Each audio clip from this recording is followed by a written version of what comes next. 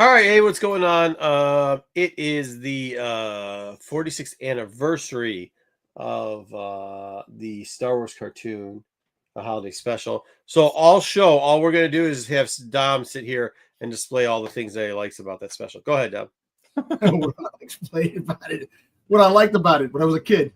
No, where you can show us. You've been showing us stuff backstage all day long. No. Start showing it, Dom. No, well, look, Jedi got this for me a couple of. All right, hold on. Before we do that, let's go say hi. All right. It's a guy for the algorithm. Tommy Longbox. It's all right, Star Wars Sunday time. Yeah, I know. Where did the week go? I don't know. Have you have a good one, fellas, and may the force be with you always. Cool, man. Appreciate it. Yeah, it's been a fast week. Ruben, spending Wookiee Life Day with the family. Cool. Have a great show, Dark Side's Group. Cool. Ruben, you gotta get back on one day so we can make fun of you and your pictures. Dwayne Scott, Dom's internal Star Wars source has given him exclusive Nubs news. Actually, he did. He warned us that a blue creature was seen eating a dude with weird hair in the Colorado mountains. So we don't know if Wayseeker is going to be on tonight or not. Unrelated news, by the way. Here we go, GTG Comics. It just happened, too. Mr. Appleman, hi, everyone. Yeah. Go. Oh, yeah. We were talking about that back there, too. Hoosiers. Undefeated. The Hoosiers got a coach from James Madison. I thought they were a basketball school. Uh-oh. Wait, we didn't even give Dom enough time. Wait, before Wayseeker even gets here. Dom, hurry up. Show stuff so that Wayseeker can't shit on it. No, I'm just saying here. This is Jedi got this for me a couple of years ago. I remember that. Yeah, that was nice. Yeah, lunchbox. Thermos too, right? Where did Wayseeker go? Just, Wayseeker dropped off already. All right. Got it. Love this. Good. What else did you have? You were playing with the guy with the gun? Just all right. Before the show, he had like 50 things that he's doing. Now he's got none. Wayseeker's back. Wayseeker, are you back? I'm trying to be. Damn, you would get eaten by that blue bear. Son of a bitch. Dom thought you got eaten by a blue bear. Okay. There's a lot of them on the mountains. Blue bears? Yeah. Nubs? Yep. They live up there on the Rocky Mountain. It's great. It doesn't make any sense. You gotta get off that crack cocaine. Vanished too after nobody watched their TV show. Yeah. All right. Well, hey, we get started early. We probably got to swip through this one quickly. The evil one is back. Yes, Dwayne Scott. He just made his appearance. All right. As he did it, though, we took news away from him this week, and we instead gave it to JJ. So, JJ. Who was it in chat that says we couldn't do a better job at news than Wayseeker? Well, you're about to find out how much better of a job we're doing at news than Wayseeker. JJ used to do our news for a long time, actually. Long time. Yeah. Used to be, we have a segment. We play the segment because it says JJ's news. I don't think we have it in here anymore. I was probably cut it out a while back. Oh, no. There we go.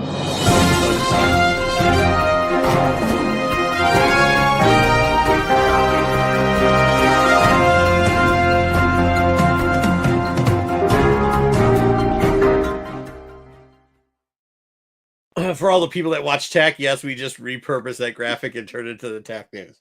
Like all good things. Yeah. All right, JJ. Here you go.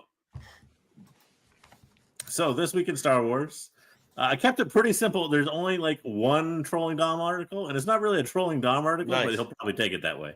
So either which way, the big news this week that was all over everywhere was the fact that Disney removed the untitled Star Wars movie from its 2026 schedule, which was scheduled for December, mind you, and replaced it with Ice Age 6.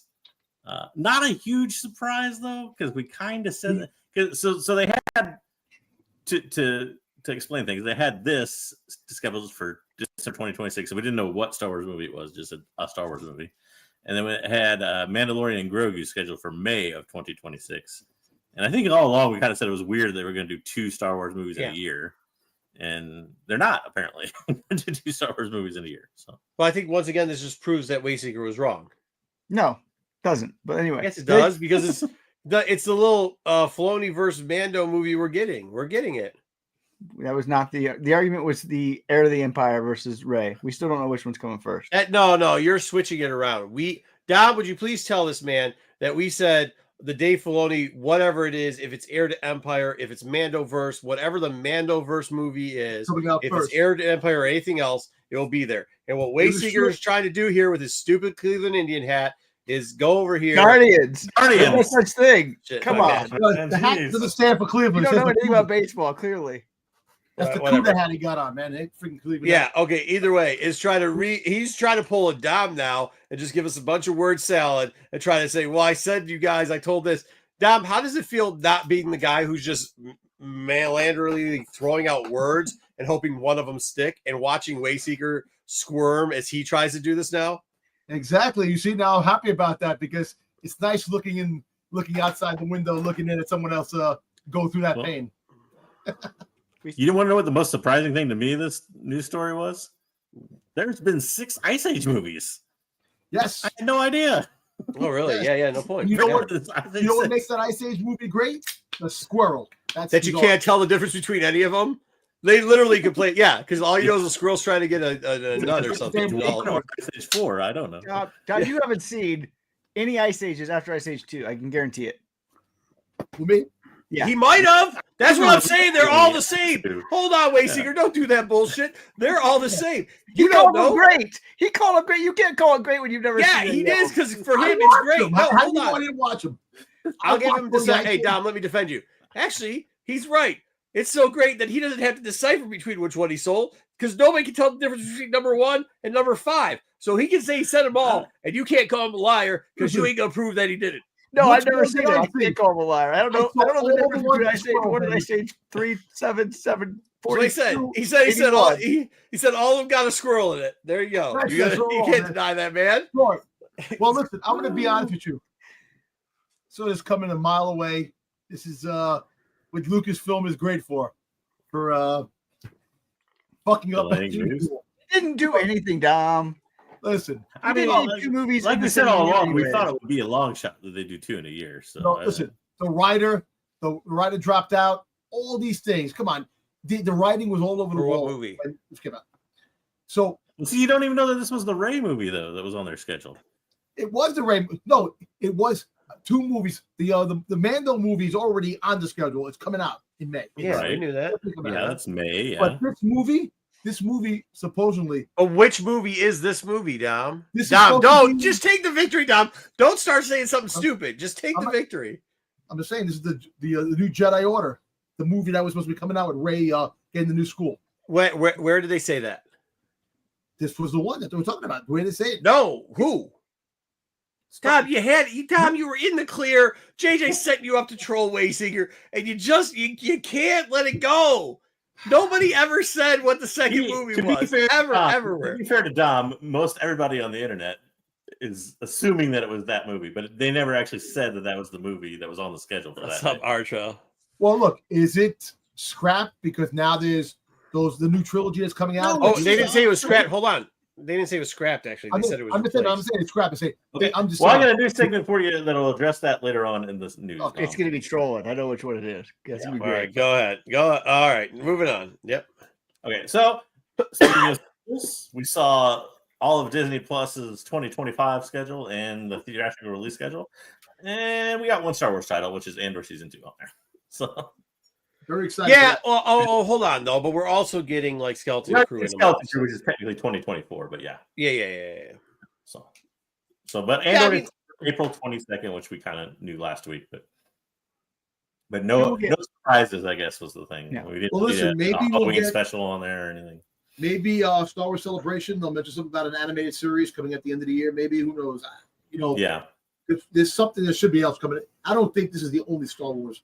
Well, this included both animation and regular, but that doesn't mean they won't shove something else in there. But here's the thing: didn't they just turn a profit this last quarter on Disney Plus?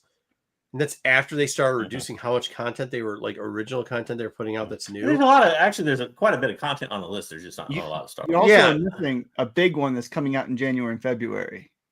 So I don't know if they're going to push more stuff. It is on the release schedule, and that is Young Jedi Adventures coming out early in 2025. So yeah. don't forget, there What's is Young more Jedi Star Wars Adventures? content. You can't just say there isn't. Oh, it's just the Nubs is stuff that coming nobody out. watches. So Well, one thing to consider too is that for like, especially if you look at the release schedule, they're really pumping back into Marvel for next year. Yeah. 2025. Yeah, Marvel's I mean, awesome next year. yeah. I'm like really So, looking I mean, forward to Marvel. they're probably. I mean, that's kind of a way of probably cutting costs. I wouldn't be surprised if you flipped it to like 2 years from now, you see more Star Wars and less Marvel because they're probably trying to get away from the alternate and say in yeah. the past where they kind of crammed them all into one. Yeah, because you got to remember there's that time period where Star Wars was either finishing or starting a project as Marvel was starting or finishing a project. It was like back to back to back to back. Yeah. Well, look, 2026 is going to be it's going to be good when the Mando and Grogu movie come out, and we have Ahsoka season 2.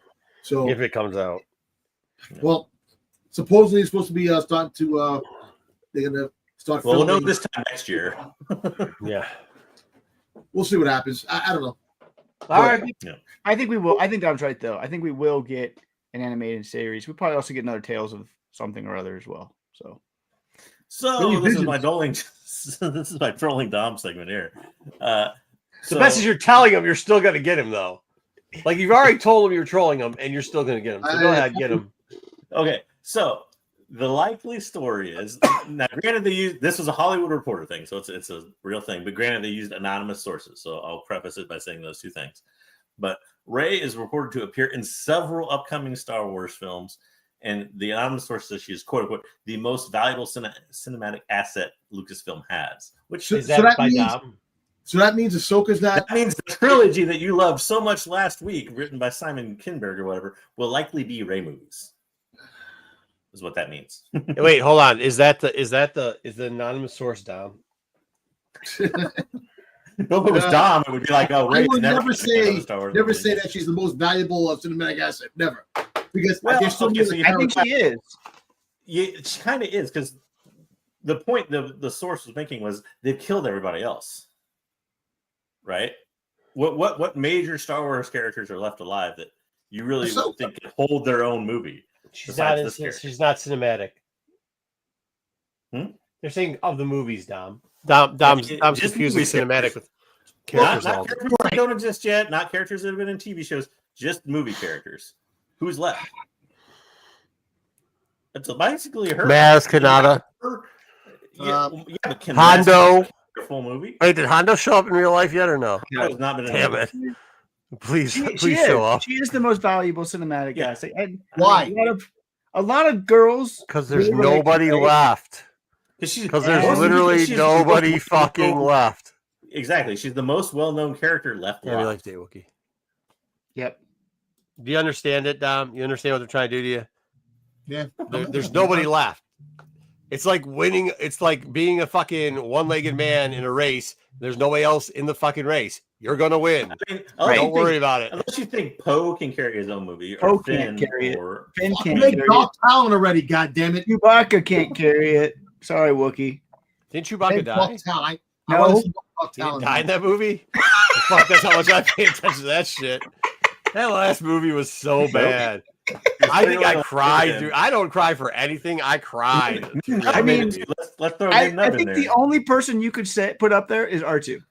That's it. You know, I will tell you this. I'm R2-D2. one of the people that don't say anything during a movie. I hate it when people speak out during movies.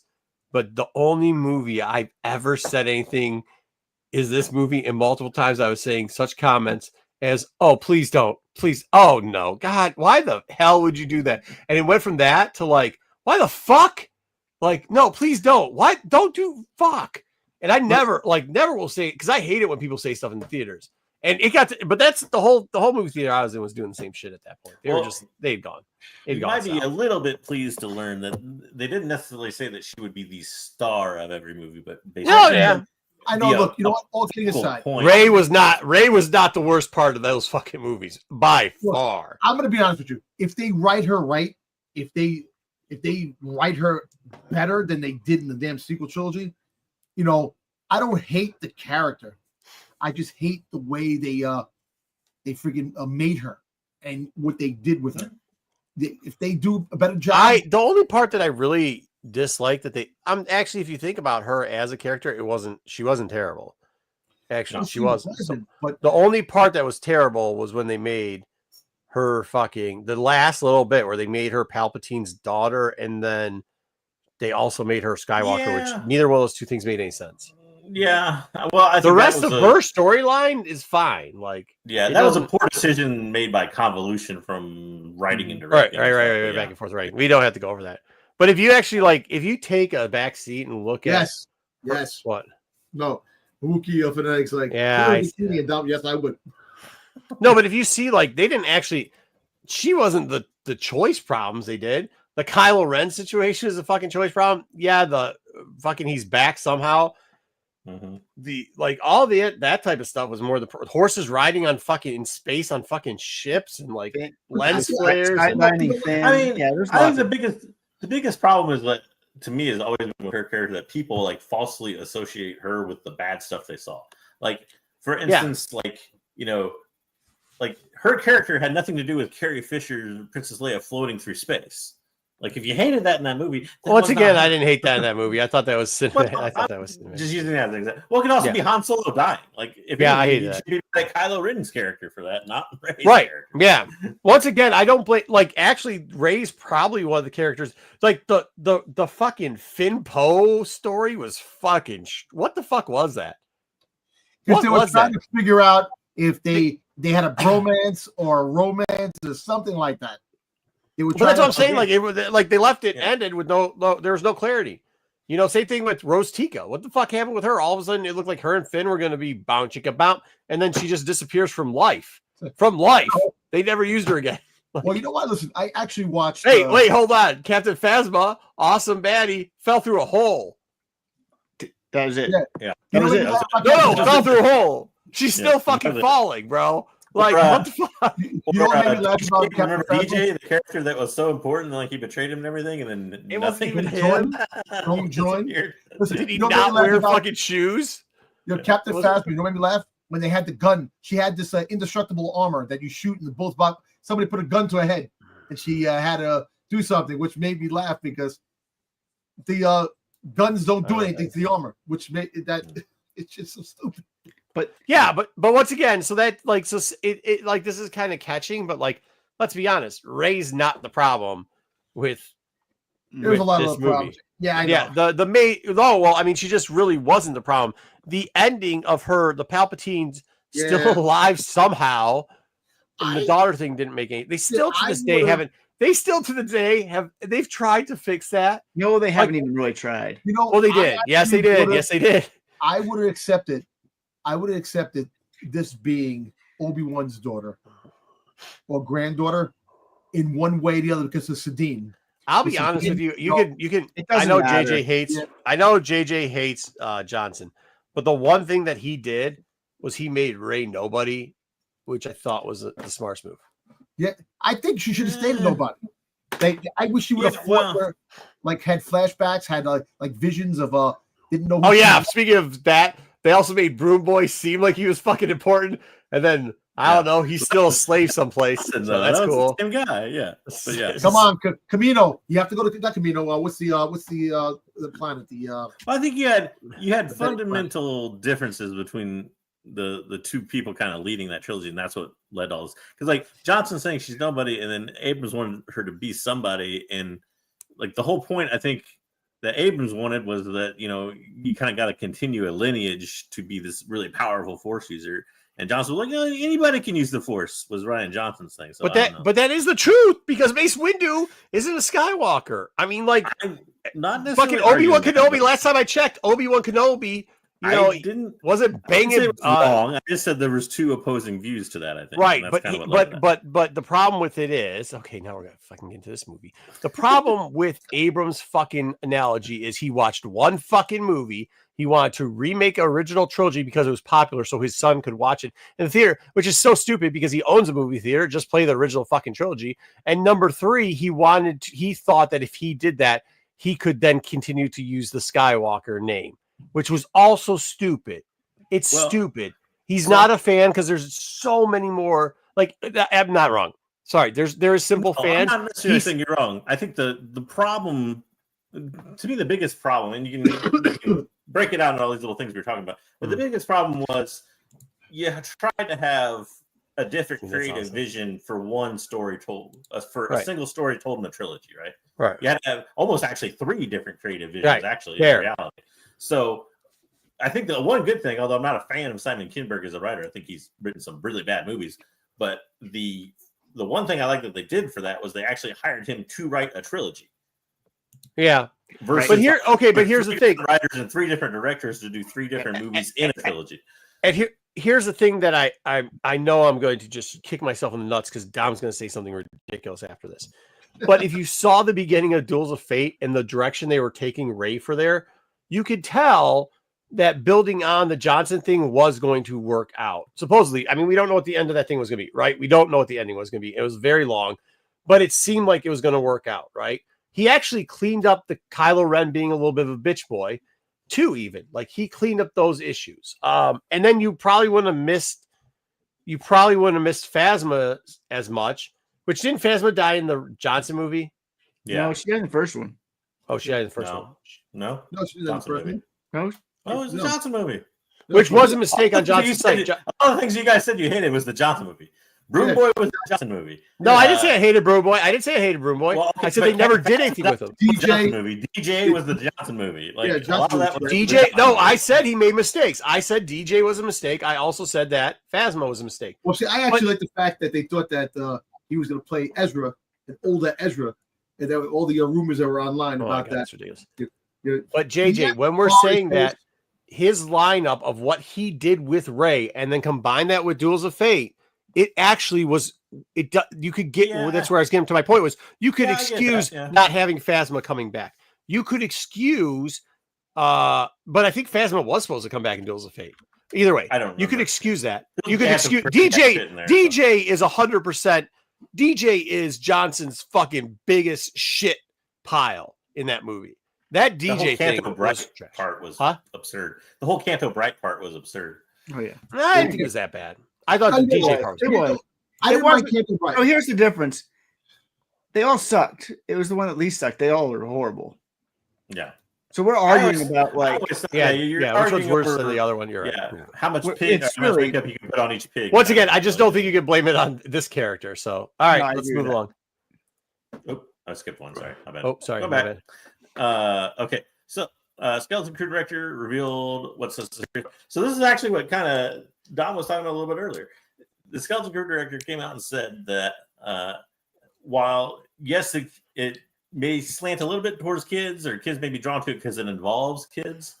The larger point he's trying to make is that when you watch a Star Wars movie the first time, it doesn't need to have kids in it for kids to like it.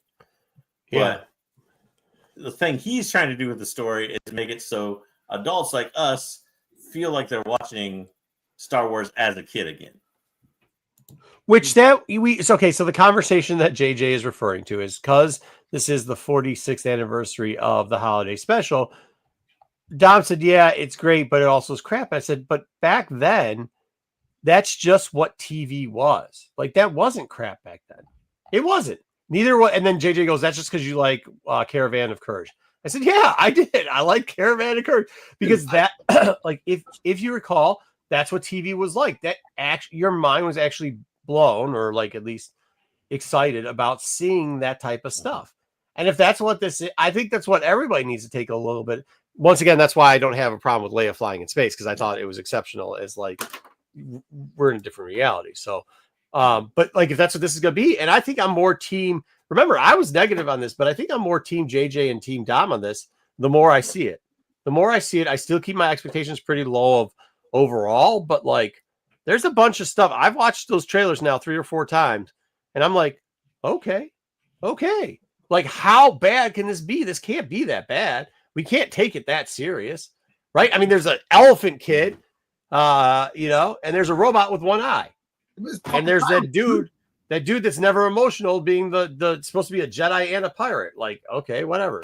The minute you see the fucking pirate scum guy from Teen Wolf from Mandalorian come on and talk, and his mouth isn't moving, you're like, fair enough, it's a Star Wars project. What do you want?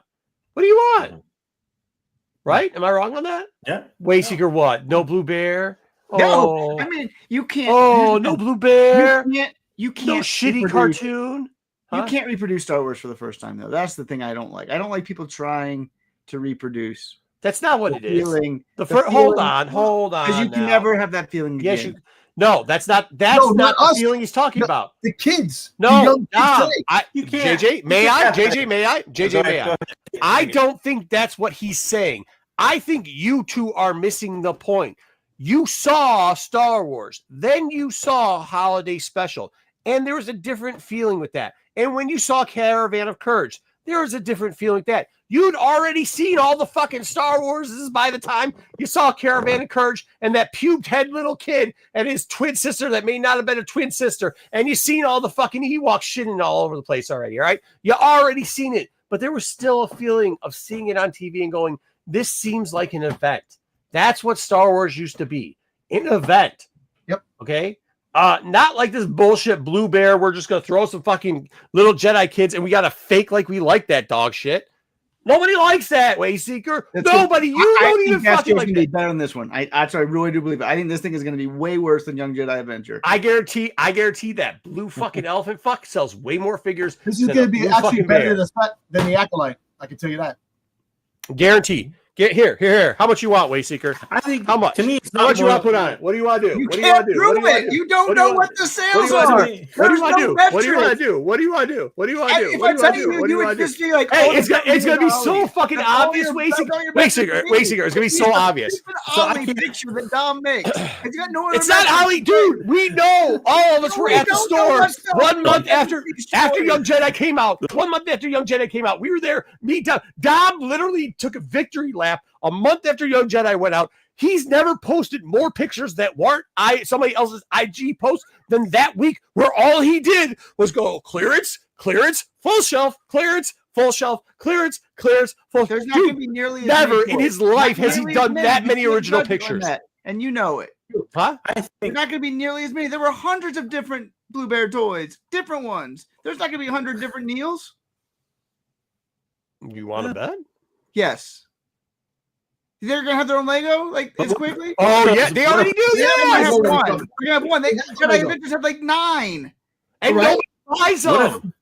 How can you not sell Lego, bro? How can you not sell Lego? It's fucking Lego. People buy Lego all the time. You can't sell fucking Lego. That tells you you're a fucking failure. They got 9. They came out with more. They should not have. They couldn't sell 8. Why did you come out with 9? Yeah, there's some idiot. You don't know that.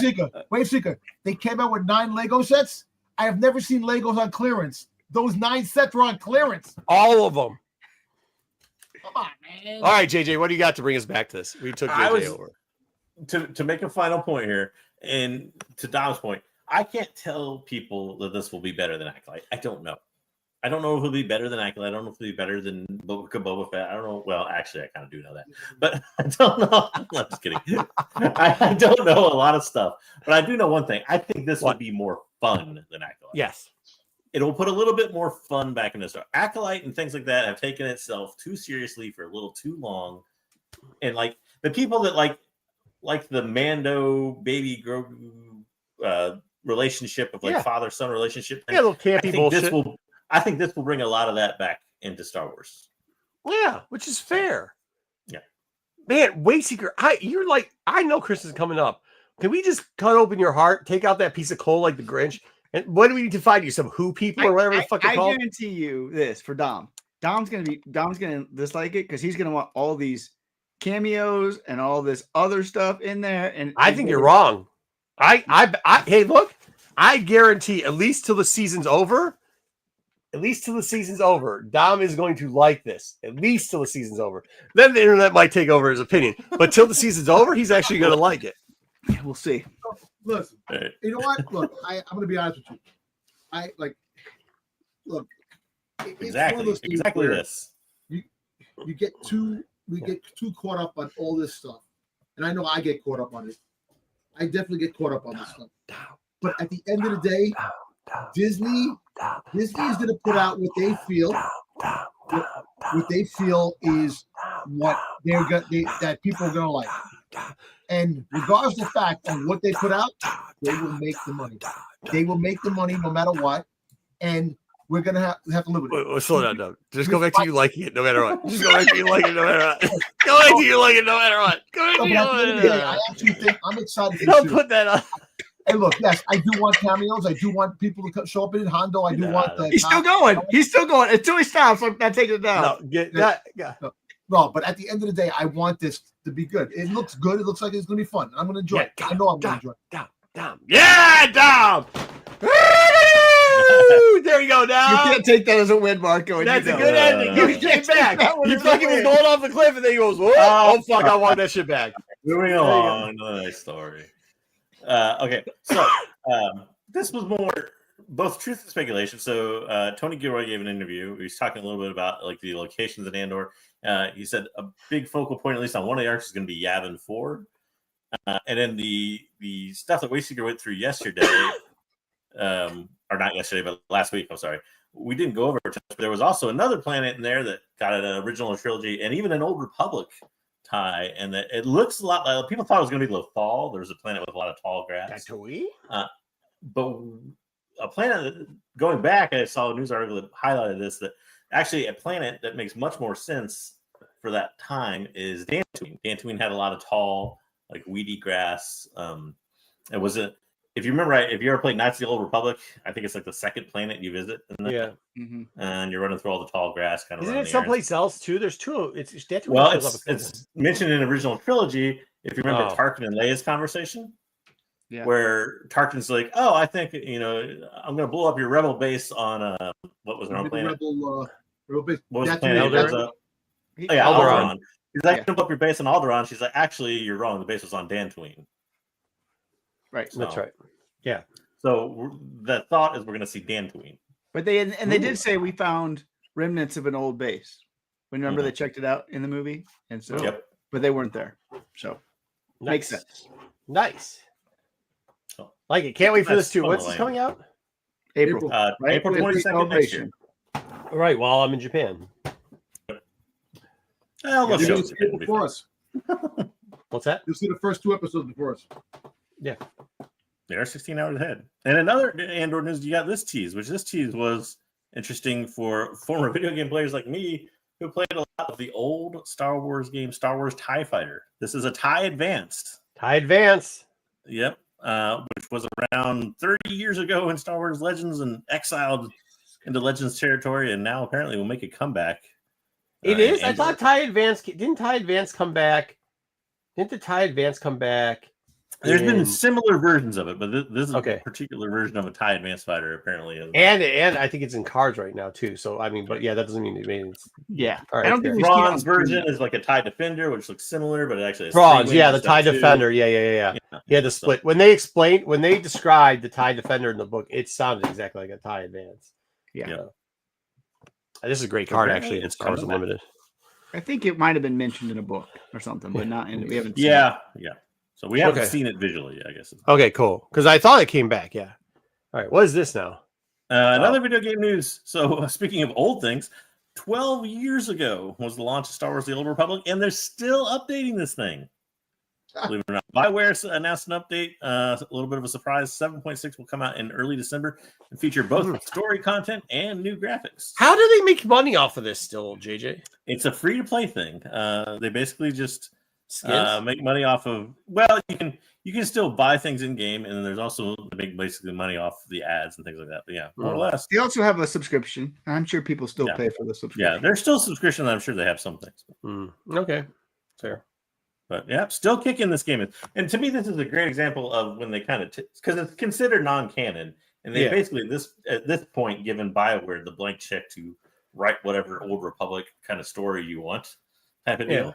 And to me, this is a good example of what can last when you take the canon gloves off and just let create. Yeah, should they? They should just give that. Actually, you know what they should do is when they're done with this High Republic thing, just give that to Dark Horse. Just let them do that. Just let them go. Hey, look, I know you had some stuff before. I know you did some things. Keep the Dark Horse property. Fuck this kid book thing that's never going to work out for us.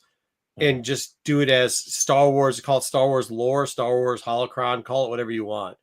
And just let him do a non-canon, like that way Dom could get his Darth Talon lesbian scene with whoever the hell he wants. With Yaddle. Hey. Listen, with the Yaddle. You like Yaddle? Okay. Let creative people do creative stuff. Hey, bro. Don't hamstring them. Yeah. Right. You know that's never happening though. So you but it's a you good can example say of what when it you works, should do, but there's 0% chance that ever happening. So. You can always dream, Wayseeker. Wayseeker, why do you got to hate on everything that's good? Yeah, why you got to step on my dreams? Jesus Christ, man. Like, just bringing you back to reality. Every morning, do you wake up and just eat a bowl full of Cheerios with shit on it, or this what? is just for Dob right here. This is the only thing is for Dob because nobody believes this. This was a rumor. It dropped on a popular rumor website. There's no such shit to go on the internet, but yeah. Apparently, Lady Gaga talked with Lucasfilms about a mysterious Star Wars role. I don't know. How do you feel about that, Dom? Joker 2 is such a success. You know what? It has nothing to do with Joker 2. She's a good actress, good singer. You know what? Like I said, you can have Star Wars the musical you want in Star Wars. Just make the friggin' story great. Make it great. And give it a reason. You make it a character. She could be a midget climbing a ladder in Star Wars. I don't care. Make it great. That's it. You know what reminded me that this would work well for? And you've kind of seen it in High Republic, but they have those characters, and they kind of did it in Book of Boba Fett with was Jennifer Beals, yeah, so he played Guards of Whip or whatever. But like kind of that like club owner, like lounge singer, but also like deep intel person or whatever. Like she actually wouldn't be bad in a role like that. Like I think that think would about it. fit Remember Star Wars Clone Wars when you had what's the name that was with Zero the Hutt? She killed him. Snoodles. Yeah. I don't know if she'd want to play Size Noodles. I'm just saying the whole fact is that you can make her a Twi'lek because look, you had the Twi'lek in you had Jennifer Beal from Flashdance, Flashdance in Book of Boba Fett, as the club owner. You can have that. And look, Star Wars, this is the thing. So many people want to be in Star Wars. There's rumors of so many actors and actresses that want to play parts. From Leonardo DiCaprio to freaking Denzel Washington to The Rock. They all play. It's the fact that, you can have them in a movie, have them in a show, whatever. Give it a reason. Don't just put the camera, oh, look, we got The Rock here. He's just, give it something, give it some substance to make it. You love those cameos. The guy just shows up. I do. No, he doesn't. Think about Mando season 3. He hated when that mayor and that one. The story sucked. Jack Black and freaking Lizzo. Come on, really? He just hated it because it was Lizzo. That's the only reason he hated it. That's clear. And Jack Black. There's no reason Jack Black should be in a Star Wars thing. He played himself. I don't understand. Makes no sense. But yeah, I mean, I think if there's any sliver of truth to this rumor, it's probably going to. Wait, be who Dom like say she's playing? Twi'lek. Twilight. Well, he kind of went off my riff. Or sliced noodles. Or sliced noodles. Sliced noodles, like a lounge singer spy type character. Okay. Just like I said, just make things. He just wants a good story, though. He doesn't care about cameos, apparently.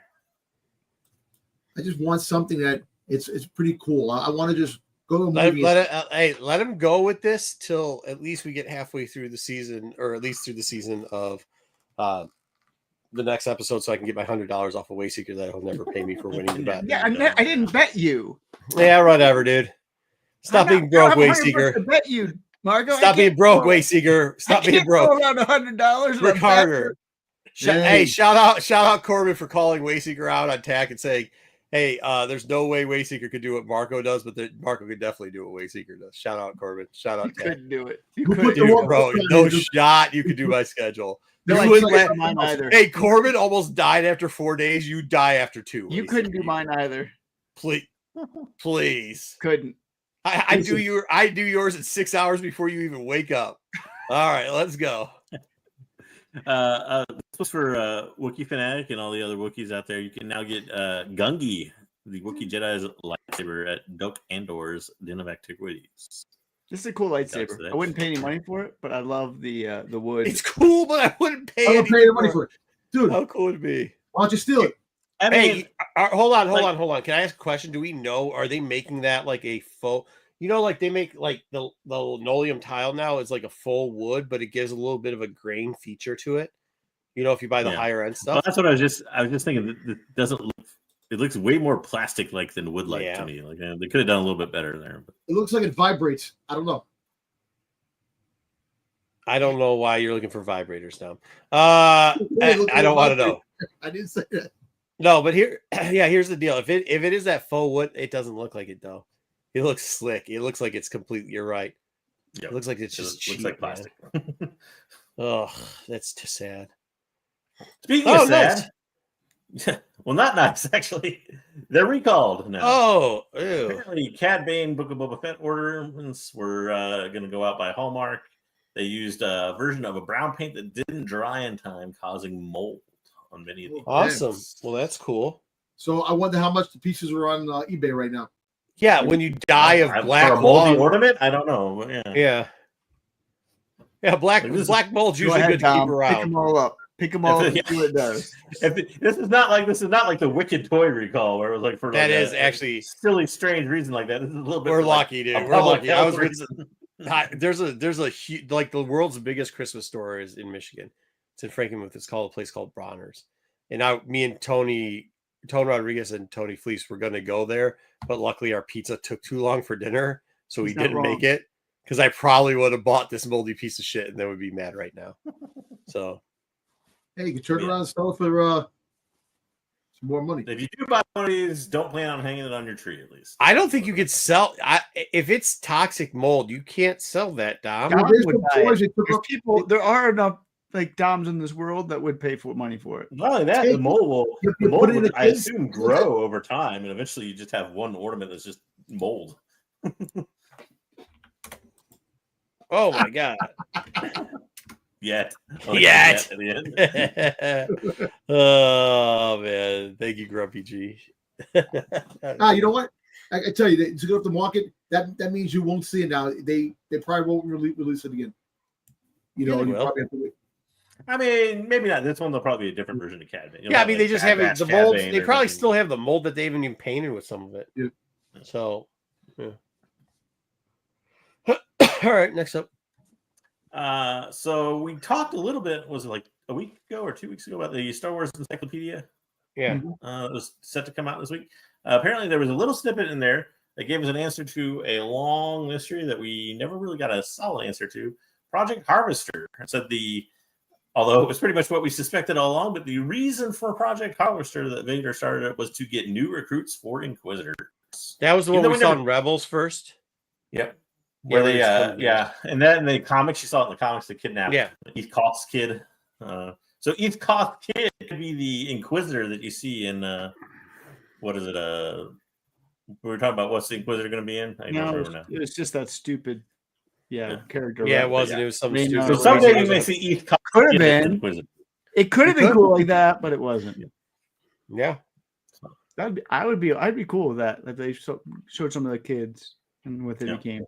Yeah. So for all those people that don't remember, that's the one that they let go and then all of a sudden ripped it out of the plane and brought it back. The baby for Eth Khan's baby was in a plane. Wound up attacking the two Inquisitors going after killing the two that were going to let it go or whatever. Mm-hmm. And the red one, what's the name? The other one that had the book, the novel. I don't remember what her name is. Yeah. The Red Twilight. All right, cool. Wow, this is a lot better news, I gotta say. What else, JJ? You got anything else? Hey, I got one last thing. Though I'm loath to revert on anything. Boo. But I gotta say, I read this article in my local news. It was a very nice article. Defense tackle that plays for Purdue by the name of Cole Brevard. A lot of it was about his mom, his parents, and his mom's kind of fighting back from a health issue she had, and like an auto accident and stuff. To see, never missed a game until this year, but she hadn't seen him play, and wanted to see him play on his senior day, etc. But an interesting key point of this kid is a huge Star Wars nerd. Wants to play in the NFL when he's done with college football. I don't know if it'll happen, but he wants to. But huge Star Wars nerd. He talked a little bit about how it was hard to find Star Wars clothes. He only can ever do cosplay in like a robe, he said, because he's 6'4" and like 330 pounds. He could do the only thing that ever fits him. He could do a Wookiee. Yeah. He could do a Wookiee. He could do for Dom. He could do Slave Leia. Maybe if he stopped cosplaying so much and started playing on the field, they'd be a better team. Listen, I hate you, Wave Seeker. I hate you. Also, to get this, so obviously a lot of people listen to music, kind of get them psyched up for the game. Guess what he listens to? The Death March. John Williams. Yeah, play some John Williams. I thought it was a fun article, but Cole Brevard. If you ever hear this, you probably never will. But force be with you. Hope you make it. Yeah, good for that guy. He gets the Durnge armor, and where it'd be Durnge. It's funny how many of these guys you'll see that have some type of, if it's Marvel, DC, or whatever, like they have some type of like feelings towards that, right? Like that's one where I talked to Ron Simmons before, who's a DC fan, and you're like, this guy used to play like football. He was an All-American, all this stuff, and you're like, there's no way this kid was getting comic books, right? And he's not as in love with his brother, who's a world championship bodybuilder too, mind you. But like those tough guys were reading comics too when it came out. So like, well, it's amazing too how they're so similar to the rest of the fan. Like he was talking in his article about how he spends like hours kind of falling down a rabbit hole of research regarding space and Star Wars and things like that. So we all do that. That's us. Wow. That's sweet. It's always cool athletes, love Star Wars. Like what's his name? The center for the Spurs.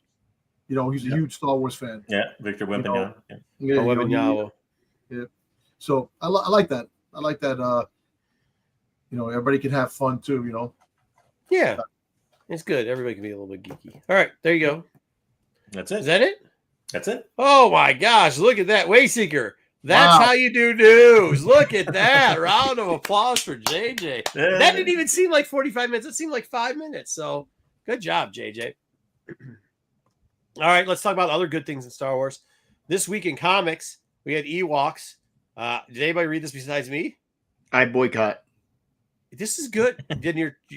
I thought it got a little bit weird, but it ended up being not half bad. Yeah. So when they started doing the thing, and so at that point, Wicket was having a conversation with Midro, and they were hiding. It didn't make much sense because the Imperials came back, but then the fight didn't really make sense. Kind of, but the art was really good. Yeah. How Wicket was by himself didn't make any sense. But then all of a sudden, after that, the end, it started to pick up. And the end, this probably doesn't need to be like a 5 or 6 part miniseries. This probably needs to be like a 4-part miniseries or 3. They need to probably cut out. We said this about. I think you could probably make it a one shot, like a. Yeah, they could have made it a one shot, 54-page comic or something like that.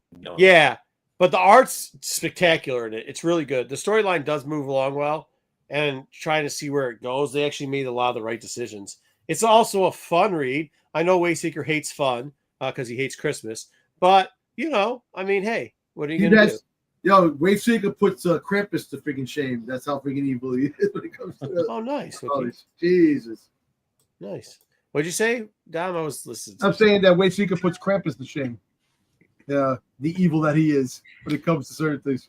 All right, coming next week. By the way, if you didn't catch it, Dark Horse did release something this week. It was like a reprint of 3 different eras of whatever. And it's actually a really cool trade paper. You should pick it up. It's pretty cool. Yeah. All right, next week we get the Battle of Jakku Republic Siege. That's the 1 in 25 copy. What the fuck happened to Luke's face? Is that after he got in the car accident? I don't know. I mean, her face doesn't look any better. Let's be clear. That's Luke's clone after he was pressed too hard against the glass of the test tube. The middle book looks good. No, that's the A cover. The A cover still doesn't even look that good. Yeah, it's better. It looks better. It's the best of the 3. It's but the best of the 3. A cover. Just go with the A cover, guys. And then the cover on the right, we just didn't even draw their faces. It looks like. Yeah, it's really good. Who cares? But who cares? If the story's great, who gives a shit? Yeah, the stories have been better, so take it. FOC, we've got the number 1 copy for The Last Stand, which is the next mini 4 group set in this Battle of Jakku. 25 is bad again. Like can I finish talking, Wayseeker, or can you just keep whining? His face isn't good. You even made it on the last one. That's not good. But people don't know what it is. We have to explain to them that this is the last set of the tri-set of the minis of 1 through 4, okay, of the Battle of Jakku. 5. Now, the 1 in 25, Wayseeker, go ahead. It looks awful. It looks like he's trying to take a poop in his pants. I actually like the background with like the stormtroopers flying around. Like nothing. Take doo-doo in that's pants. Cool, but like if they wouldn't have screwed up Luke, it would actually have been a cool cover. Once again, I like the A cover. I don't mind the A. Is that a Noto? It almost assuredly is a Noto. Sure looks like it.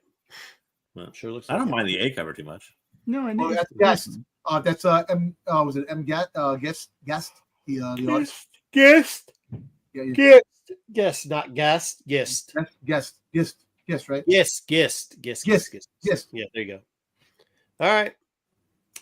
Also, supposedly on FOC, well, it's on FOC, but supposedly we've got dispatches from the Occlusion Zone #3. Not a bad title. Actually, pretty good book if it comes out. And we've got probably the title they should be ending because they're doing a marriage out of it anyways. Why does the guy back there look like, what's his name from Avengers Infinity War? Freaking which guy? Thanos' right-hand man. Oh, his lieutenant or whatever. Yeah, name any of the 15 poorly drawn characters. Ramrod. He's referring to the poorly drawn character on the far left. Yeah. Oh, okay. Yeah. That's supposed to be a Mon or whatever. That's you got Ned, you got the Dank Gags coming back or whatever. Yeah, horrible. Hate them. Good job. Yep. That's really what's going to make this. Let's make this series crappy again. Oh, cool. Yeah. It's been bad. Dank Ganks is the one where we got a crab hand guy in there that's got a crane head. Like, yeah, that's a cool figure that we got. Oh, sweet, man. This is like the rejected like Star Wars figures they put in this fucking thing. This is horrible. Jesus. I mean, please just get better. Do better. Holder. All right, that's all we got for comics. We do have a new segment that we're going to premiere today.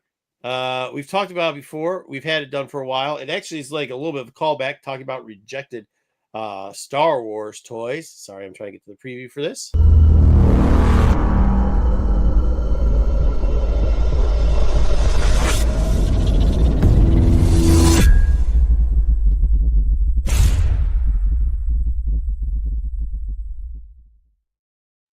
So if you remember a couple weeks ago, we brought up a certain figure that's going to be canonized in Star Wars. Dom let us down on it. Wayseeker didn't know what he was talking about, and it really turned into a real shit show. So instead, we decided to go over the whole series. This figure first shows up in a series of Kenner toys that was trying to pitch to Star Wars called the Epic Collection. Just to preface, when we get to some of the toys that they were pitching, we will show you to them, and that's where the WTF section comes in, because it's not a big surprise they didn't make them. All right, so in '84, Kenners, they were tasked with brainstorming a new thing because they didn't have a new video came out, and they had success with the mini rigs. I just wanted to say mini rigs because I love these fucking mini rigs. I use them with G.I. Joes too, so I love the shits. So I just wanted to show mini rigs. All right, but they came up with a line that would feature original characters. They would have some of the characters that we already know, like Luke Skywalker in his night gear. So he was going to be a toy figure where they put like leather plate armor on him, and his lightsaber was going to be more of a sword type thing, and he was going to have riding fucking boots. Yeah, what the fuck? But this is the character you're talking about here. Huh? So it's kind of like He-Man, but with a shirt. Yes, exactly like He-Man with a shirt. So this is Athia Prime. This is the character that started the whole thing. Now, for those people that don't know how Athia Prime happened and what they had written a whole backstory. Athia Prime, this is before we actually had, remember, this is right after Return of the Jedi. He was actually supposed to be the reason for the Clone Wars. He started the whole Clone Wars originally. He had these things called the Warriors, the Dark Warriors, which were just like him.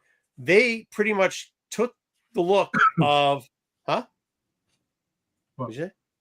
I just coughed. I don't think it's anything. Oh, sorry. You took the fit from the Imperial Guard and just put a metal hat on top of them, which was like their big thing. But here are all the characters that they had that was coming through. We'll go through some of the most egregious what the fuck figures in there, including Mango Beefhead. But before we do, his main base was called the Annihilator, and what they were going to do was take two of these toy Star Destroyers and just attach one on top of the other and resell it as that. That was a draw picture. Oh yeah, so they were going to redo Han also in more casual wear. That's not him. But they also created the flare. We actually kind of saw this. Actually, some of the stuff that came out of this line, we do see later. This flare was actually supposed to be attached to the Millennium Falcon in the front area, and then you were going to shoot it out. So it was going to be an add-on. Obviously, we saw that later on in the original Han movie where they used it as a cargo ship coming out of it. But here we go. This is our boy, Mango Beefhead. He's going to be one of the new add-on figures. They pretty much just took the Corrin's head, they cut it, they turned it upside down. They then took the hammerhead. Yeah, they took the hammerhead's body. And then they took Forlome, the chest piece for Forlome, and the arms from the hammerhead. Yeah, and they just threw those all together, and they were going to try to sell you this fucking thing. They were recycling him and didn't even know it. Yeah, I would have bought one of these as a kid and loved it. Nope. Nope. Glad this never happened yet, right? Dom would love this. It would be Dom's favorite figure. Yeah, it would be totally. I love Hammerhead. I love that's one of my second favorite characters from. Dude, they literally just took the neck. If you look at what that is, they took the neck of the Koron, they cut it off, and they put it sideways. So like this is actually the bottom of the head, and then put 2 eyes down there. Yeah. Do you see what I'm saying? Like it's why not like why are his eyes like below every other facial I don't feature? know. I don't His know. eyes are where like his mouth fucking normally be. horrible. All right. Well, they didn't want to have to come up with a whole new line, so they took the AT-AT. This actually came out too, and they made a cannon on the back. They actually did this in a minifigure thing, huh? I would have bought that. Yeah, that was not half bad, but it's lazy. It's kind of like what they did in Rebels with the wasn't the big ship, but the big yeah. They turned it down later too, but put an iron cannon on the back. That's just like 2 things that they put together. It wasn't terrible, and they added some dirt on it because it was supposed to look like after the fall of the Empire. So they just smudged it with some brown paint. Not the worst, not the worst idea. They had Blue 4, which was one of the robots. This is the warriors that we talked about that were coming in there. It looks just like the thing, except for like, what is this big ball sack thing that they have on the front? I don't know what it's for or anything else, but it's pretty much they mashed together a stormtrooper and a Imperial Guard, and that's what they went with. Yeah. I love that stormtroopers, man. Here we go. This is where the droids breathing thing there. Yeah, right. Are there droids? Yeah, I don't understand why you need it. So here's where it gets funky. They made this. This is legs and arms of a T-1B figure and an IG-88 torso. This was supposed to be the AT. Well, they actually came out with an APT attack droid eventually in Legends, but this was the APT attack droid. They were going to try to sell this thing as kids. I'm going to tell you something, though. You're going to see some of these figures and you're going to be like, holy shit, because people must have known about this because some of the figures we see in Common Day came back. This figure right here, they took the T-1B droid again. They tore that up, put Forlom and the Forlom figure. It was given a Zuckuss gun as the head or as the top, so it had 4 arms. What's that? What's with the weird obsession of like droids needing breathing tubes and things? I don't get this. I don't know. I don't know either. It's a droid. It's a robot. It doesn't need to breathe. Let's look at this. Boy. Like, did they? So they just what part? So they took the arms off of the T-1B, and then like look, it seems like they only had one T-1B, right? And they're like, okay, how many things can we fucking break up off a T-1B, right? No, look at the legs. Those are the grunt droid legs. If you think about it. The grunt, the bot. No, the other one. Another one. Yeah, the bottom. Yeah. Like grunt droid, droid, feet, maybe. Yeah, the feet. Yeah. Huh. No, that's the ones for the medical droid. No, that's what the medical droid has. Medical droid? Yeah. Yeah. Actually, like that. Go back one real quick to the other. Mm-hmm. But it wouldn't look that bad. But why is there a giant thing shooting from its head? Like, like design choices, people. Like, I don't get it. I don't know. And how the story was told, I don't even know why they had this many droids in it because they didn't need like. It is Clone Wars.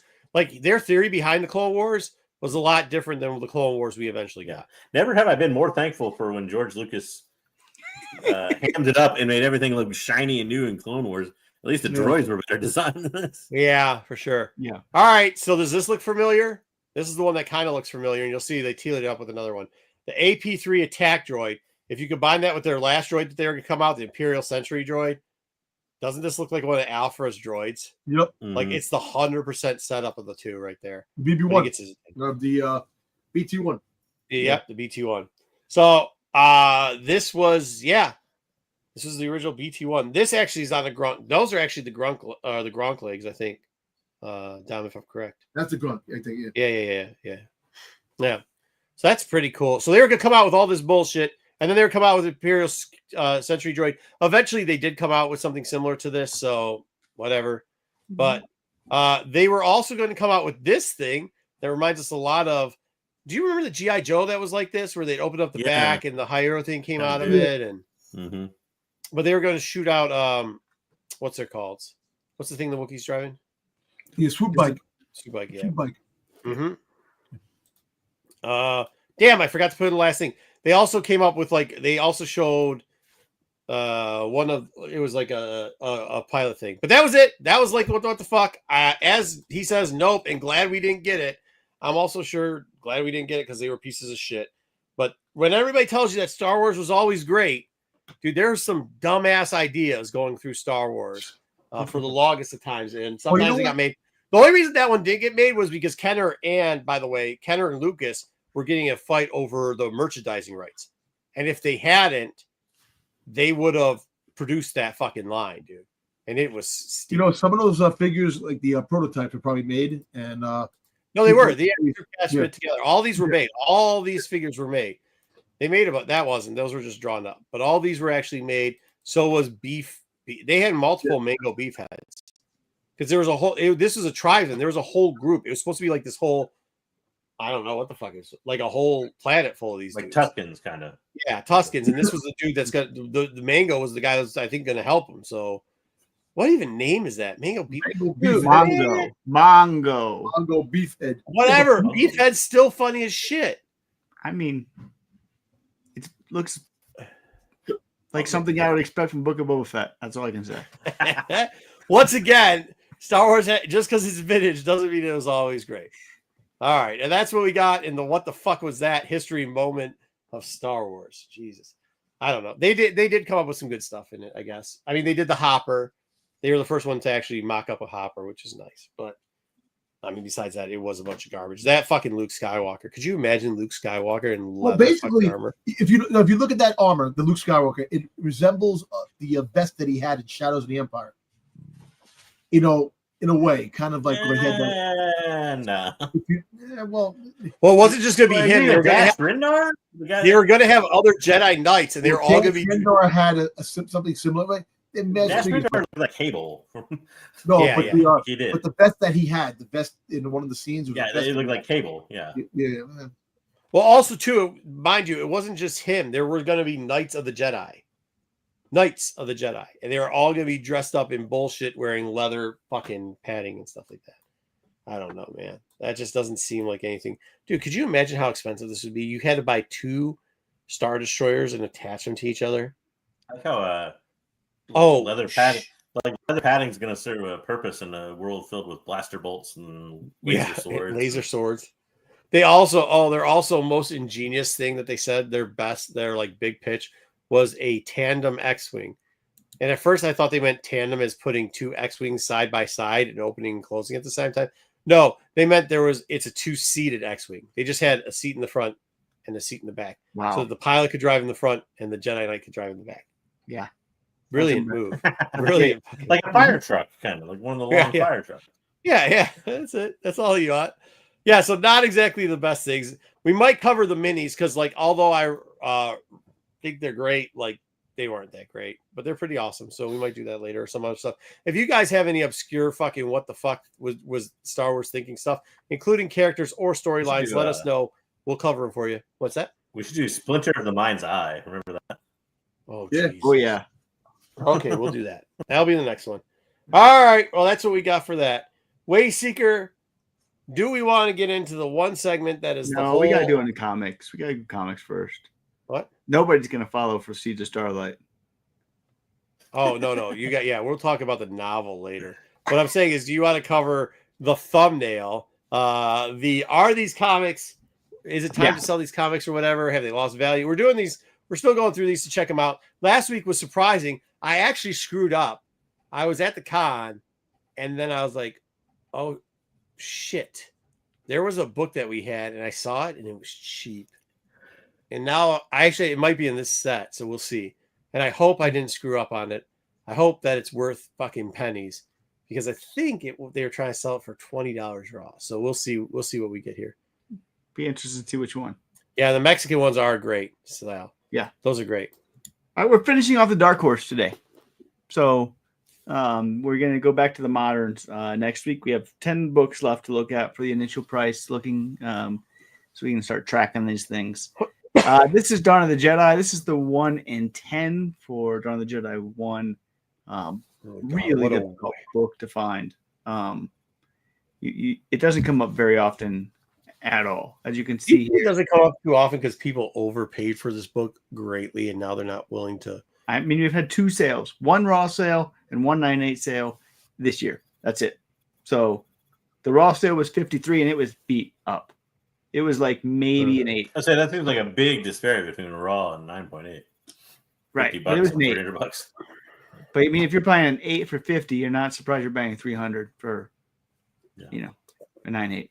So there are 32 of these 9.8s on Census, so it's not like it's that rare. I mean, it's still rare at that, but well, it's like just. But my question is like, at this point in the game of comics, who's buying this? I want this because I don't have it, but I'm not paying that much money for it. No, but so you're not buying it. Who's buying this? I'd be a buyer at 120 for a 9.8. Yeah, I don't think that's out of pocket. What? Vossrod? Okay, Vossrod, why are you buying this for $300? I mean, to me, this is a foolish thing to buy. So this is one of those things. Price, so you're not buying it. Yeah. I mean, this is one of those things that, let's face it, this has value from almost the sole reason of rumors that are continue to go up and come back and die and fall. No, that was well past proven, actually. Yeah, that's what I mean. Like, it's dead.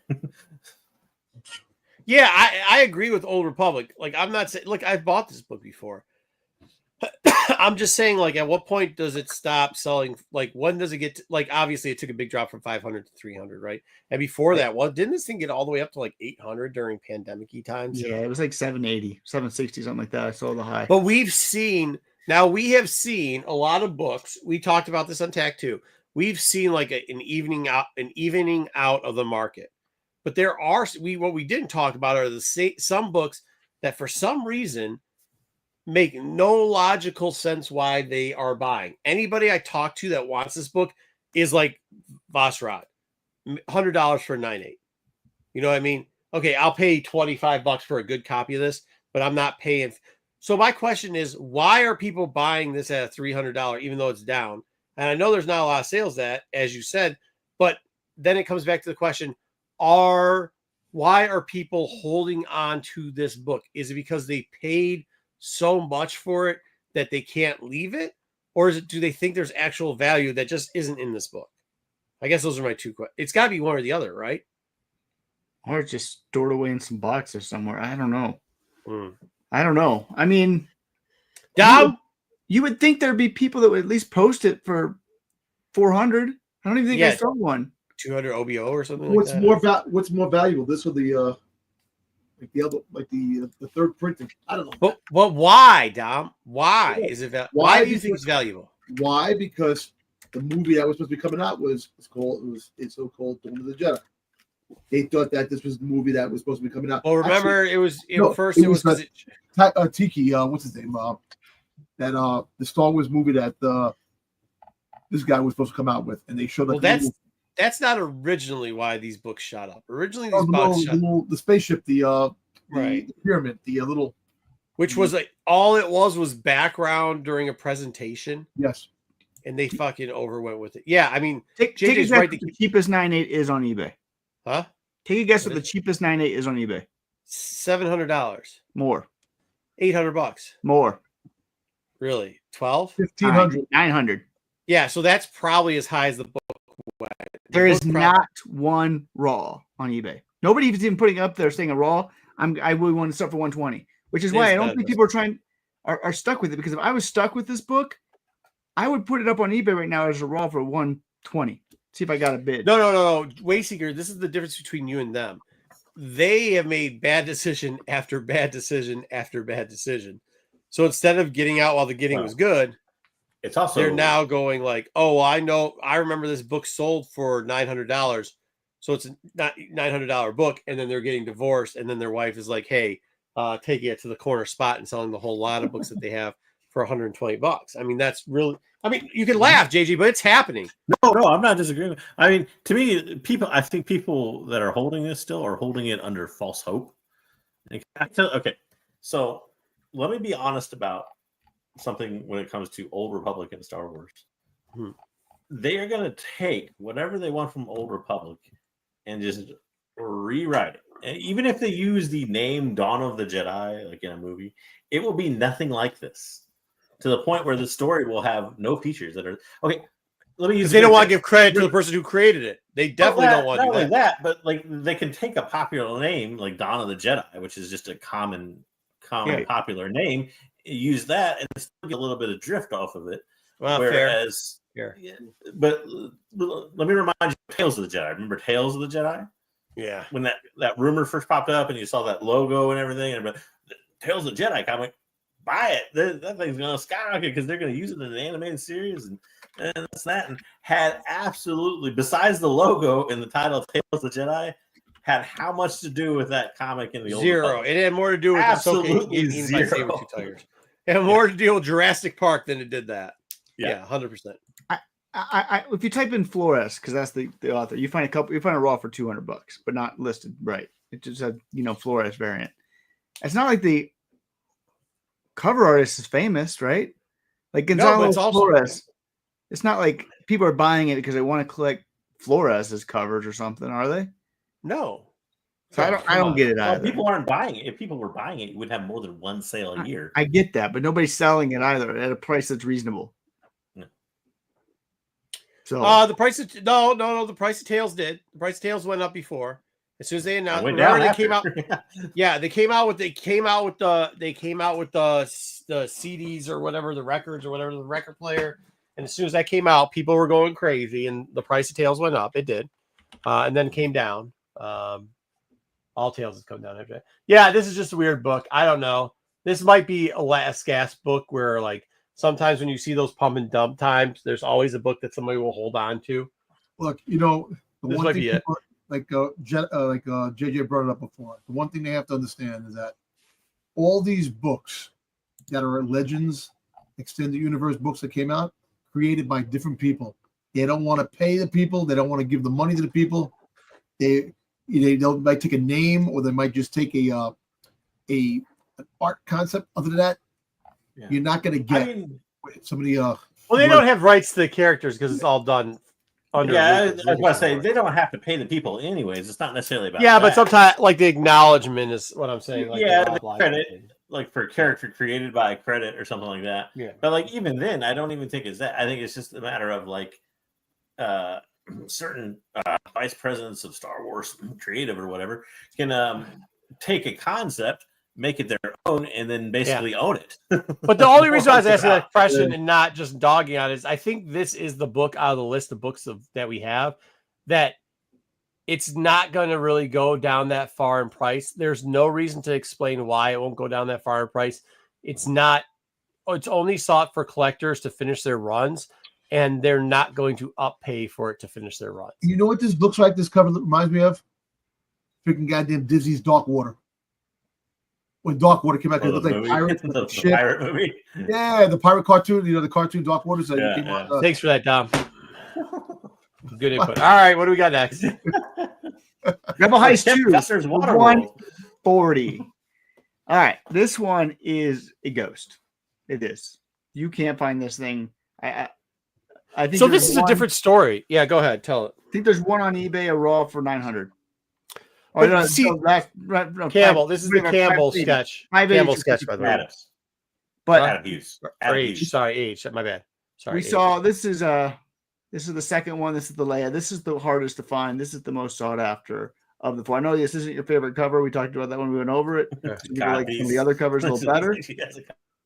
But this is the most sought after of the four. The last night show was back in 2022 during the pandemic. But here's the deal. This book was already in the Star Wars world before Star Wars comics blew up. This was already an expensive book considering, like, compared to the marketplace that was going on then. Okay. It was already a sought after book compared to the other AHs previous. If you're talking pre 2020, it was already, now it wasn't $500 fucking dollars. It wasn't $400 raw. I think it was like $120. Or like $180 for a 9.4. Like that's crazy too. That's why I'm just saying, yeah, but like this is a different scenario. But see, this is the absolute opposite scenario. I hope that guy's raw was in really good shape. $400. I hope that guy's raw was in really good shape for $400. No, it's last year. Yeah. Oh, this year. But you can't find any of them. Like the cheapest available is $579. So if you want one, but Wayseeker, what I'm saying is that's not a new story with this book. This book has always been one of the higher priced Star Wars, variant books. So like, to be clear, it's a high ratio variant for Dark Horse. 1 in 40, I think, was probably the And an highest. AH. If you don't include was- like if you don't include the 1,000 made Star Wars things or whatever, this is probably the highest ratio variant, at least for Dark Horse. For that they Dark did. Horse, yeah. And like you said, it's Adam Hughes, which gets you another ground as And and it was this also particular one is also a woman covered by Adam Hughes, which is a Leia, which we all know. and that wasn't people done like when his Leia. AH was like as popular. Like AH a couple years Yeah, it was later early. after doing it was early AH. Yeah, so I mean it has all that stuff going for it. So as far as I say, the other book people are holding on to because they're idiots. This book is, if the price is right, it'll sell really quickly. You know what I mean? Just people aren't willing to sell this book. Well, you can hit more market segments, so you can hit It's down you breathing. can hit Star Wars. We're not sure. We're absolutely not positive. I don't know, Sarah. The next That's segment will definitely put Dom to sleep. There's no doubt Need about it. like a stick to poke him through the internet with. JJ doesn't sound I'm not sleeping. Though. All right. Yeah, I mean, good book if you find this in any shape. I want this one. Yeah, I it's a have tough one. 2 and I think I actually have it, 4. by the way. I don't have 1 and no. I have 1 and 4. I don't have 2 and 3. I have all of these someplace. I just don't know where they are. Yeah, I have 2 of them, whichever ones they are. So I anyway, should sell this shit to Wayseeker Yeah, for way too I much. know I've told the story on you here about how I probably got would mine get a lot of before. money from me for this one because I think What's that, JJ? I think I've still told the story on here about how I've got mine before. How? How'd you get yours? You don't remember? Okay, so I'm a collector of Star Wars magazines too. At least I was. Oh, that's right. Yeah, for a yeah. bit. Yeah. So I go up to buy this magazine, and I think was it a Leia? I think it was like Carrie Fisher in the Leia outfit on the Rolling. Yes. Stone. Yeah. No. It was cinematics. It was a different Carrie Fisher thing. Anyways, it was Carrie Fisher in the Leia outfit or whatever. on The a white magazine Leia cover. outfit, the white Yeah. Leia dress outfit. And they're like, oh, like also too, you get this Leia comic as a bonus. And I flip to the next picture, and it's this, like, and it was $8. It's like sold. Yeah. And when was that? Oh, I don't know. It's like this is actually about pandemic. It was like 2021 Yeah, or something. right when it was hitting big too. Yeah. Yeah. So be careful how you You list should- things on eBay, people. Be careful. Oh man, Well, because it doesn't. I'll be honest. It doesn't look like these. Don't look like much. Like there's color versions that look better than this, and like everything. Yeah. These don't look like much. No. I mean, right. if you didn't know comics, Yeah. that's why that happened. I'm Why, sure. why would this be worth anything? You never imagined. Yeah. Yeah. So, It doesn't have a title out, which is cool.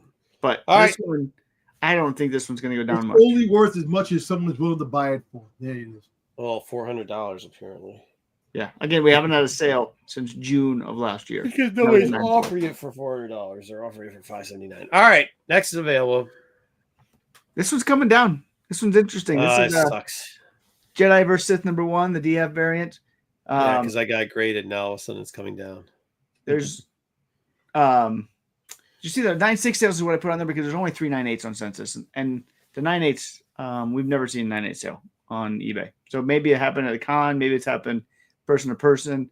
No, I Yeah, know a guy that sold it. Originally, when I was on another channel, we covered it a bunch because we knew it was a dude in Georgia, and he had two sons that were into comics, and they actually didn't know what they found and what they had, and we actually live let them know what it was and priced it out for it. And this is back in this is in the pandemic, and $1,250 is what it sold for. That was the first 9.8 to sell in this book. So That was a cheap price back then. well, that was back then, and nobody had heard about it. Nobody was buying anything in Star Wars at the time. So yeah. So anyway, as you see on this one has been it says cheap price, but you don't know any prices for the 9.8s. How do you know that's a cheap price? because you had 9.6 of the. We've had the 9.6 high price is 2,000 during the Oh, pandemic. well, that was like this is beginning pandemic, not fucking Okay, I'm everybody's just got to saying, check pandemic. Yeah. middle of pandemic, the high price was about 2,000. So it's come down to about 2,500 since then, but 2,000 crazy prices. But as you've seen this year, this dropped from the $700 to the $500 range with the last couple of sales. They've each knocked off about $100. The raw sales, we haven't had a raw at all this year.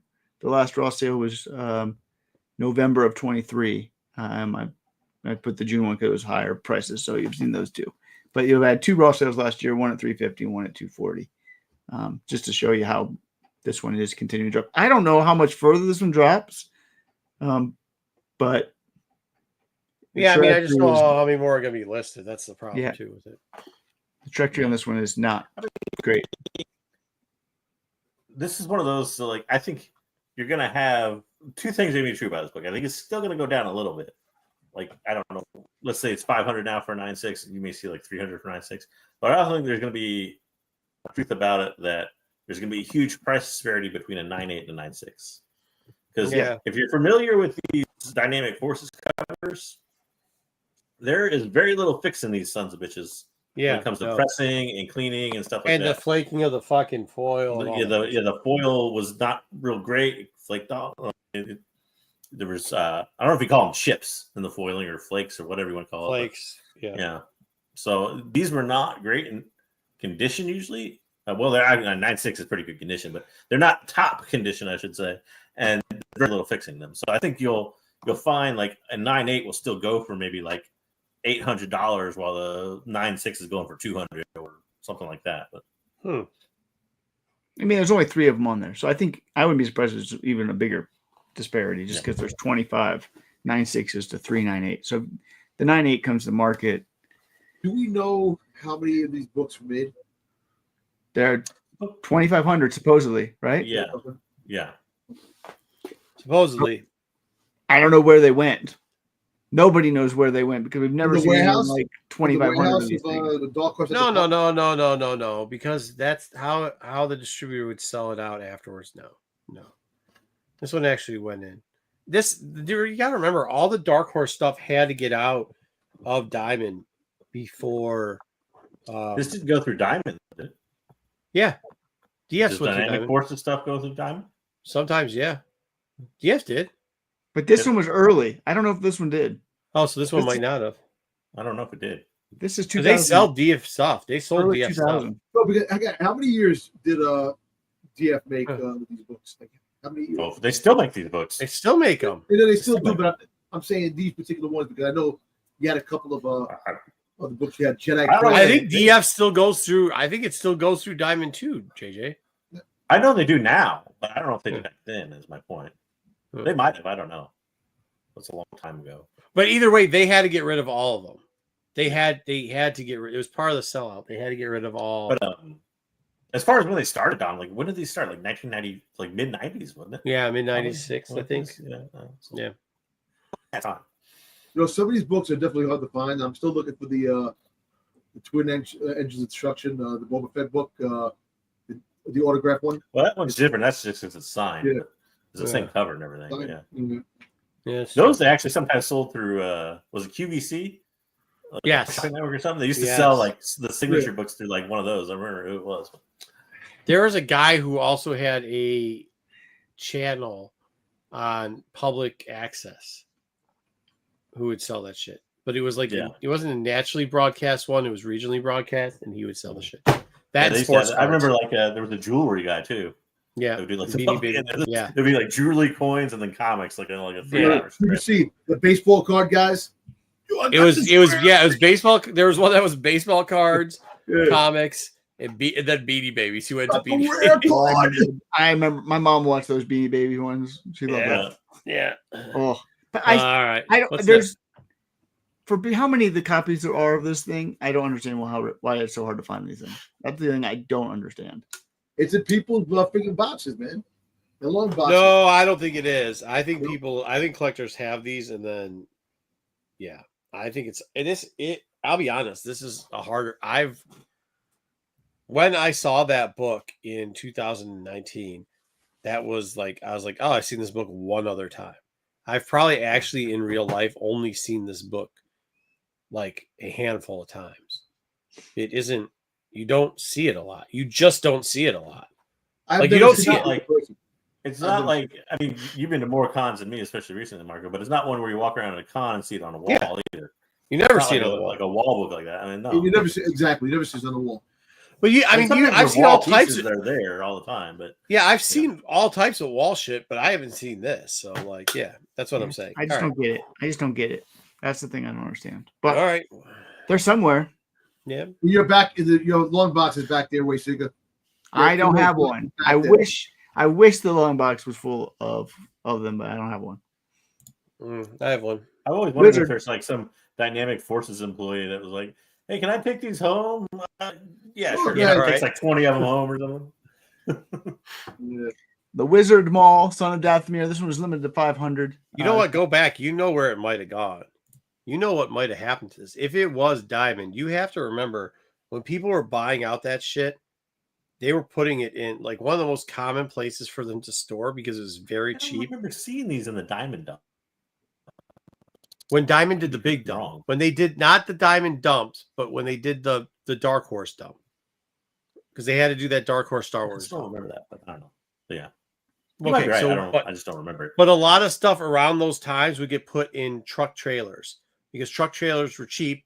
They didn't go anyplace, and for some reason, comic stores and card stores in the 90s and the late 2000s when they're going out of business were finding those trailers because they were dirt cheap and leaving them on properties. And what happened to a lot of those trailers is they got weatherized. And you know what I mean by that? Like a hole got into it and it got soaked. And I would assume that if it is a chunk, just an assumption, I'm not saying this is right, but if it's a chunk, it was a chunk buy, then there's probably a bunch that got destroyed because it probably got soaked together. Yeah. So They're in some Well, landfill anyways, next that would to make more ET video Yeah, right. games and Funko Yeah. Pops. Yeah. All right, go ahead, Wayseeker. This is one. It's limited to 500, but it's I've not seen my this favorite before. of these covers. But it's what the chat wanted, so the chat gets what they want. So we're covering this one, the black and white Son of Dathomir Wizard sketch. 298 sales total, none recently. There's been no sales of this thing recently. So Are there a 98. lot up for One of listing? those. I could check again. I forget. I think they were quite a few up, but they were like Did you a say you thousand. sold it, JJ? I might be one of those raw sales. I stole one, yeah. Because I never like I bought the set. I never much cared for the sketch version of this. I don't know why. I haven't liked this one either. The color, but I have to agree with you guys on that one, but that would be that 255. I think if I remember. I don't know. That's a good. yeah. Yeah, there's a 9.8 for it's a CBCS 9.8 for 1,000. Well, that person's on there. There is a raw for 1,800. What the shit? Wait, what? What? Yeah, I mean, a lot of people put these up in like 2020 and never did anything with them. That's probably just been like a recurring listing for like 4 fucking years. yep, probably. And there's a 9.4 for 500. Yeah, up there. Yeah, that sounds like. So yeah, and it's not even that. Again, 49 is rare, but not that rare for 9.8s on census. Oh, my bad. Sorry, dude. So I'm surprised that we don't see this one sell more. and so that one's limited too to like 500. But to be clear, most of these sold in a set. So like the color version, I think was limited to 1,000, quote unquote, Right. and this was listened to 5,000. But the vast majority of these, at least before it became a popular thing, used to see them in the late 2010s sold as a set. Yeah. Almost always. This is a weird book that always has been to me. It got a big bump because it's the first canon comic, right? Even though it was done by Dark Horse, it was considered canon, and they used it as canon. Because it was originally a Clone Wars script. That Right. that, right? Right. Yeah. And so it's the Seeds of only Mandalore. old Dark Horse book that is canon. And so it got a bump in price for that very reason for a long time. And the trade paperback is always sold really well for some reason. It's a good story. Well, it's also a good story, and it plays into. But it's always gotten a bump for that very reason. That's a very artificial reason for a bump for me. But hey, That's whatever. not why it got. Do you think that's why it got bumped? I think so. First canon. Well, it's been marketed as certain things. It's not like first Darksaber. It's not really the first Darksaber necessarily. And I've even seen it listed. I don't even think it's the first. What's the Death Watch's guy name? Not Maul, obviously. But Yeah. Figured Garsak. Was it Garsak? Russ I don't Saxon. remember. Yeah, Yeah, but Garsak. it's been listed as the Garsak. first 10 before. But been even misrepresented Star Saxon, like, sometimes, that doesn't move a needle anymore. Figured, the Mandalorian. Yeah, anymore. But the price was so high at one point. You know, sometimes that happens because the price is so high. You know what I mean? I don't know what I mean, we might not see a sale for this for another year. Who knows? I'll be interested. At those prices, you ain't gonna see it for 100 years, man. What are you Until talking they bring about? the Mandalorians back to Mando into Mando and Grogu movie. They come back as But- part of a. Dude, Nobody's paying the prices of the list right now. It doesn't matter if they bring them back in. Nobody's buying Who the fuck? $1,000 9.8. Who the fuck would pay $1,000 for a CBCS book that people are buying CGC 9.8s at $400 a piece? I don't know. Like I said, Some people- but I wish it showed like I don't know if it shows. Hold on, I'm actual gonna listing do a rates. little. I'm gonna do a little I bet investigator. it's been up there for a long ass time. $9.95 for a 9.8 CGC. Does it tell you when it started? I mean, I can tell I can figure out the. I the found out where it is. Man. Oh well, fuck. First off, they're in Canada, so yeah. Fucking the Puccini's got to their fucking head. I'm just trying to look at. Oh no, yeah, this has been a very long time because of how they ranked out their pricing for a bunch of other shit. Okay. Yeah. Holy shit. Yeah. It's an old label too. So, Mhm. but anyway, Mhm. just nobody's listening it, and so nobody's buying it. I think the book would sell. You would see a raw sell for like 125 one probably if it. But I don't. Yeah, think for sure. For sure. I mean, it'd be Are you guys if worried somebody put it I'll up get for at this? auction? What it would go for? Oh, Jesus. Yeah, this guy got. Yeah, okay. Am I buying it? No, I sold this. So, to me, like No, this I is know. even the like. If I was going to buy this book, I would pay less and buy the color version because A, it's a better cover, and B, there's no real value to this book as far as like a first or something goes. So you might as well buy the better looking cover for less money. In my opinion.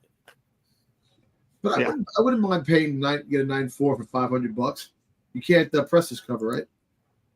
Yeah, you can. This is a normal cover for this one. Yeah, you could do that. I mean, you'll get it's a all white cover, so you might have some rub or something on there. You gotta be careful. Yeah, maybe that's the reason why. I'm just saying, but maybe you could like rub out a 9.6 on this. If you Oh, hey, pause. That's a Stop bad talking point, about dude. rubbing. Stop talking about rubbing stuff out. That's not. Yeah, I I'm just think looking at that's a good some of play. this guy's other comic listings, and yeah, this was priced during the pandemic. Yeah. Either way, Well, it's still crazy. I wouldn't pay 500 for a 9.6 or not. Like you're paying No. in April of last year, you paid 400 for a 9.8. So don't Yeah, pay I wouldn't more pay than more that than. for a lesser Yeah, grade. Holy shit! probably Somebody's talk got about- listed a raw for $1,799. I told you that. That's what I said. Yeah, Oh Jesus! that's That was $1,800. fucking hell. I know. What is this guy? I clicked on him before, so it must mean that I've left it. So It's not, and it has a huge dent on the back. It's like, Yeah. It's in bad shape. Yeah. It's bad. Oh, he's also got your Leia sketch for fucking $579. He's that guy. Mm-hmm. Wow. Yeah, and he went all in on a bunch of shit, dude. Yeah. He went all in on Maul. He's Curious Sure. about the bargain. Did you sell it as a set or is just the black and white? You said Oh, you sold one he's for got your mini comic, Dom. Which one? Oh my god, he's one of these clowns trying to sell the Star Wars Tales from the Clone Wars. He's got the Force Awakens 2 mini comic. There you go. Yeah. So, whatever. Somebody's paying too much. We got one more to go over today. This the one you're thinking of? Should have picked up or not? I don't know. This is the Legacy One WonderCon. You do see these from the con sometimes. But there's only been 198 sale in the last 3 years that I saw. And that was $850, which is a crazy high price. But the raw sales, pretty frequently. September, October. So the last 90 days we've had 3 raw sales. And those raw sales between 103 and 150. So let's see, figure 115, probably 120 is probably the average, I would assume, on that one. 44 9.8s, quite a few 9.8s again. I don't know why somebody paid $850 for a 9.8, even though it was the tail end of the pandemic. But yeah, It's a book you don't see graded too often. I don't know why that is. Like I feel like we went over 5 books here. I feel like I see graded copies of the other one almost as much as Raws, and this one I always see way more than graded versions. Yeah, there's 1,000 of these, right? Supposedly 1,000. Yeah, which I've always wondered too. Because when WonderCon was popular, how many WonderCons were there in a year? Did they just do this at one WonderCon? Or This was at the one. Wasn't this WonderCon? It says just Anaheim one. or whatever. Anaheim, yeah, it was the one. Yeah. So, yeah. I saw this book a lot more pre-pandemic. I haven't seen it as much post-pandemic as you used to see it. Actually, I used to see this book a decent amount, believe it or not. but like you don't see it. I don't know. I don't feel like you see it that much anymore. I like the cover. It's a cool cover. Yeah. Yeah, I like the cover too. I mean, what are you buying this book for again? I mean, Raw sales are 100 to 150. I don't think. No, I know, but what are you buying it for? Why are you buying this book? If I was buying anybody in general. Was it a? I can't remember which legacy it was because there was 2 legacies. The second. This is Anya Solo. Anya Solo, yeah. Yeah. Okay. So there was one first appearance, but yeah, and somewhat important. I don't know. I don't know what I'm buying it at. If I see this thing for 70, I'll probably pick it up. Yeah, it's probably not a bad play. I will say this: it was one of those books that like it's obviously come down in price, but this is kind of like the Hughes we were talking about, where it was never really a cheap book necessarily. You see it a lot, but you wouldn't see it that cheap very often, at least for Dark Horse variants. Especially compared to some of the other, like the DH25s and even the other con variants, you wouldn't see super cheap. Mm-hmm. There's a roll up for 150. There's a 9.6 for 240. Probably fair prices. Oh, dude, I just checked out the last sales listings for that one dude that had those bright prices of those comics extremely high. He's mainly selling eBay supplies. His last 12 sales have pretty much been packing tape, boxes, eBay packing tape, eBay branded packing tape. For like Grand Prix. Does it count just eBay? Yeah, eBay branded 100 circle stickers. He did sell about 6 months ago. He sold a Peanuts book that said something on it. He's had like 2 Peanut comics sold. Besides that, yeah. Here are the 9.8s that are listed. If I had one of these, I would try to put 9.8 up, and we'll think about it. There's a 9.8 listed. The cheapest 9.8 is 1,400 OBO. There's a 1,500 OBO, and then there is a signature series for 1975. Who did you get to sign this? It is signed by Becco and Hardman, both of them. I really want to pay extra for their signature. Yeah, they're the story people. They're not even. I mean, anyway, they're not even the cover person because Dan. I need to get out of the fucking selling comics business and get apparently into the selling Formula One Miami Grand Prix stuff / eBay supplies. Because fuck that guy. Stuff does go hard. I'm gonna say that guy might not be selling comics, but he sure as shit is selling the Miami Grand Prix stuff and fucking eBay supplies, bro. Like, fuck. I guess but that's probably it. No, I mean, I'm not trying to be a jackass. Like, that's probably, but that's okay. No, but that's probably why. But that's probably why their prices are high and it doesn't matter because they're not really selling comic books. They got on this fad to try to sell comics. So that's sad. I mean, it really is sad because there's going to be a large selection of comic books that just are they're just never going anywhere. No, not until the person dies. Yeah, what's the point? Where is it? It's in a storage unit, fucking probably in the back by now because he listed that thing 4 or 5 years ago, and now he's got to get to the Grand Prix shit and the fucking, No, I'm not saying it like that. Stop! You're making me laugh. You're making me laugh. Yeah, but that's it. Like hey, you want to know why you aren't seeing this? Because guess what? Grand Prix Miami products and fucking and eBay stickers sell better. Hey, you know why you aren't selling? Send me the list from now on.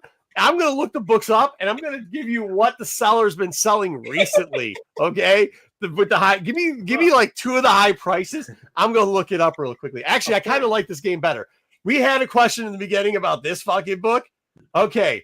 Let me get this book real quickly. I'm going to look up a couple of these sellers here and I'm going to see what they sell because they sure as fuck ain't selling comics, bro.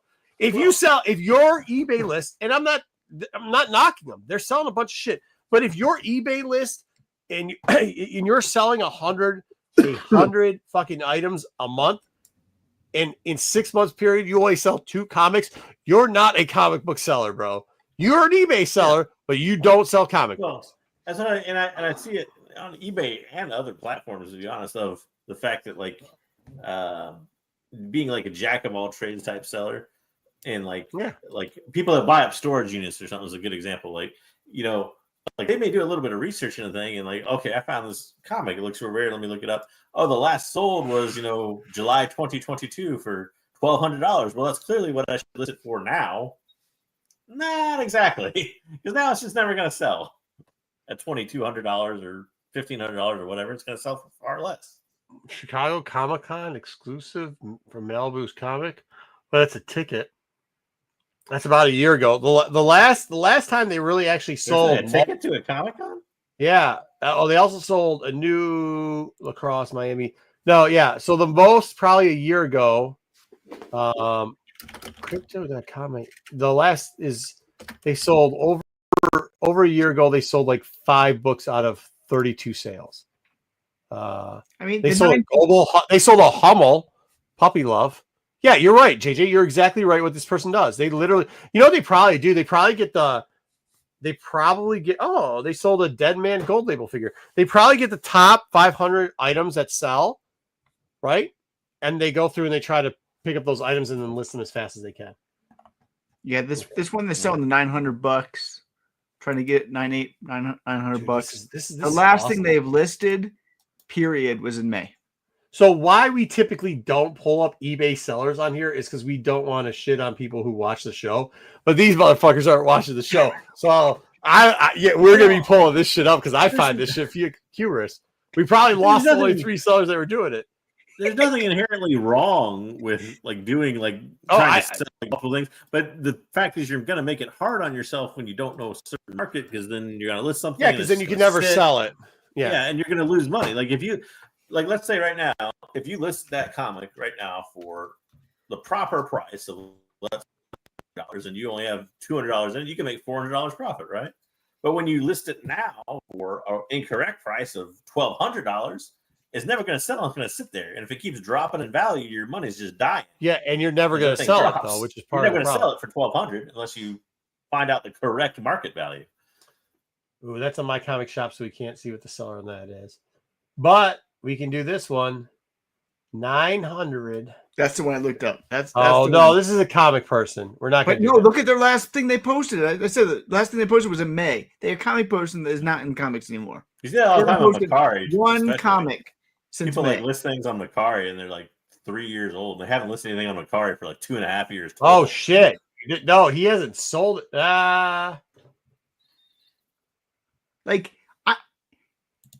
If I was you, comic, but they got returned 6 months ago. You might put an OBO for like 150 and just see what happens. This is the same. They hit the only feedback he has is from 6 months ago, where I feel bad. He probably did. He probably got out of sales because of this. Somebody spammed him. All his reviews are from over 6 months ago. And it's all the same one. It says the seller was very accommodating, combining shipping and partially refunding my money due to a mistake on my end. The comic arrived very fast. Sonic the Hedgehog 175. And then after that, you have to go to Good Buyer. This is over a year ago. One of the best sellers. He bought a Stranger Camping 198. Not so much in comics, but I've met people in other things like trading cards and stuff that have literally sold an entire collection and never taken stuff down, some of the stuff they had listed on online platforms. Like they don't even have the shit anymore. Like it's been like 2 years ago. They don't even have it anymore. It's just dead listings. Yeah, I mean, this guy, he has done some, he's very low activity. Yeah, but you're right. I mean, very low activity in the last, at least the last 6. This might be a new drop off too, because this is the second person we're seeing that has got very low listings and very low, like any activity on their eBay store in 6 months. In 6 months, terrible activity. Like it's just irrelevant at this point. So I wonder if that's like the bottoming out, right? We saw a drop off 6 months ago. Now this stuff is just dead stock. I mean, you got to consider it dead stock, right? Right. Can't consider anything besides dead stock. Well, and then what are we selling the prices they got for this? Right, I know. So you just gotta get rid of this stuff and consider it dead stock. There's always gonna be a crazy price on there, and then wow, yeah. I mean that's traumatic, I guess. Yeah. I mean, put it all on my comic. Yeah, put it all on my comic shop and see what my comic will finally offer an OBO on it. I guess. I don't know. Yeah, we're reading your listing, Wookie. Yep. What do you say? Are you reading my listings? Yeah, we're tracking you. Yes. Let me see where you haven't sold anything in 6 months, Wookie. Wookie's never sold anything, period, I don't think. But I don't think he's tried. I mean, a lot Did of you people ask don't about the sell, second and- print? Didn't somebody ask about the second print? How about look at this $800 second print? Like, my thing is, a lot of people don't sell, and that's fine. But like, take the stuff off your eBay listings. Yeah, I agree. Yeah. We're trying to. Well, we have one more to do. See, this guy wants to get rid of his stuff because this guy actually. So here's a perfect example of that. This guy, there's another guy I just looked up. He's trying to sell the Dawn of the Jedi Force One 9/8 second print rare. He lowered the price on that, and then you look down and he's got a Dawn of the Jedi that is not a 9/8. And I'm not gonna say what the price is because I don't want you guys hammering this dude, but he actually has it for lower. But then for some reason, what the shit? Oh, this doesn't make any sense. All right, go ahead. Oh, Yeah. My comic shop, awesome. All right, later. That's what we got. We got one more set. We'll go over next week, and then we'll get. Yeah, we'll do that. Hopefully, you guys like that. We'll also critique. As long as you're not a comic, as long as you're not mainly a comic book seller, we'll critique fucking eBay pages too. Because you haven't sold anything 8 months, loser. What, Dom? Sorry, Dom. Hey, what we should do is get My Bargain Comics to usually fucking brutal. send pointed messages to all the people. Were you guys ever young and like had? There used to be a thing where you could, and it was when computers first came out. You could go on the computer and you could type stuff into like I think it was like for the deaf people or something like that, and they would read you. They'd call people and read messages to them that you typed to like AT&T or whatever phone service you had. This is it would be like the same thing. I don't think you could, that would be for the deaf people, but. Or no, you were you were messages. deaf.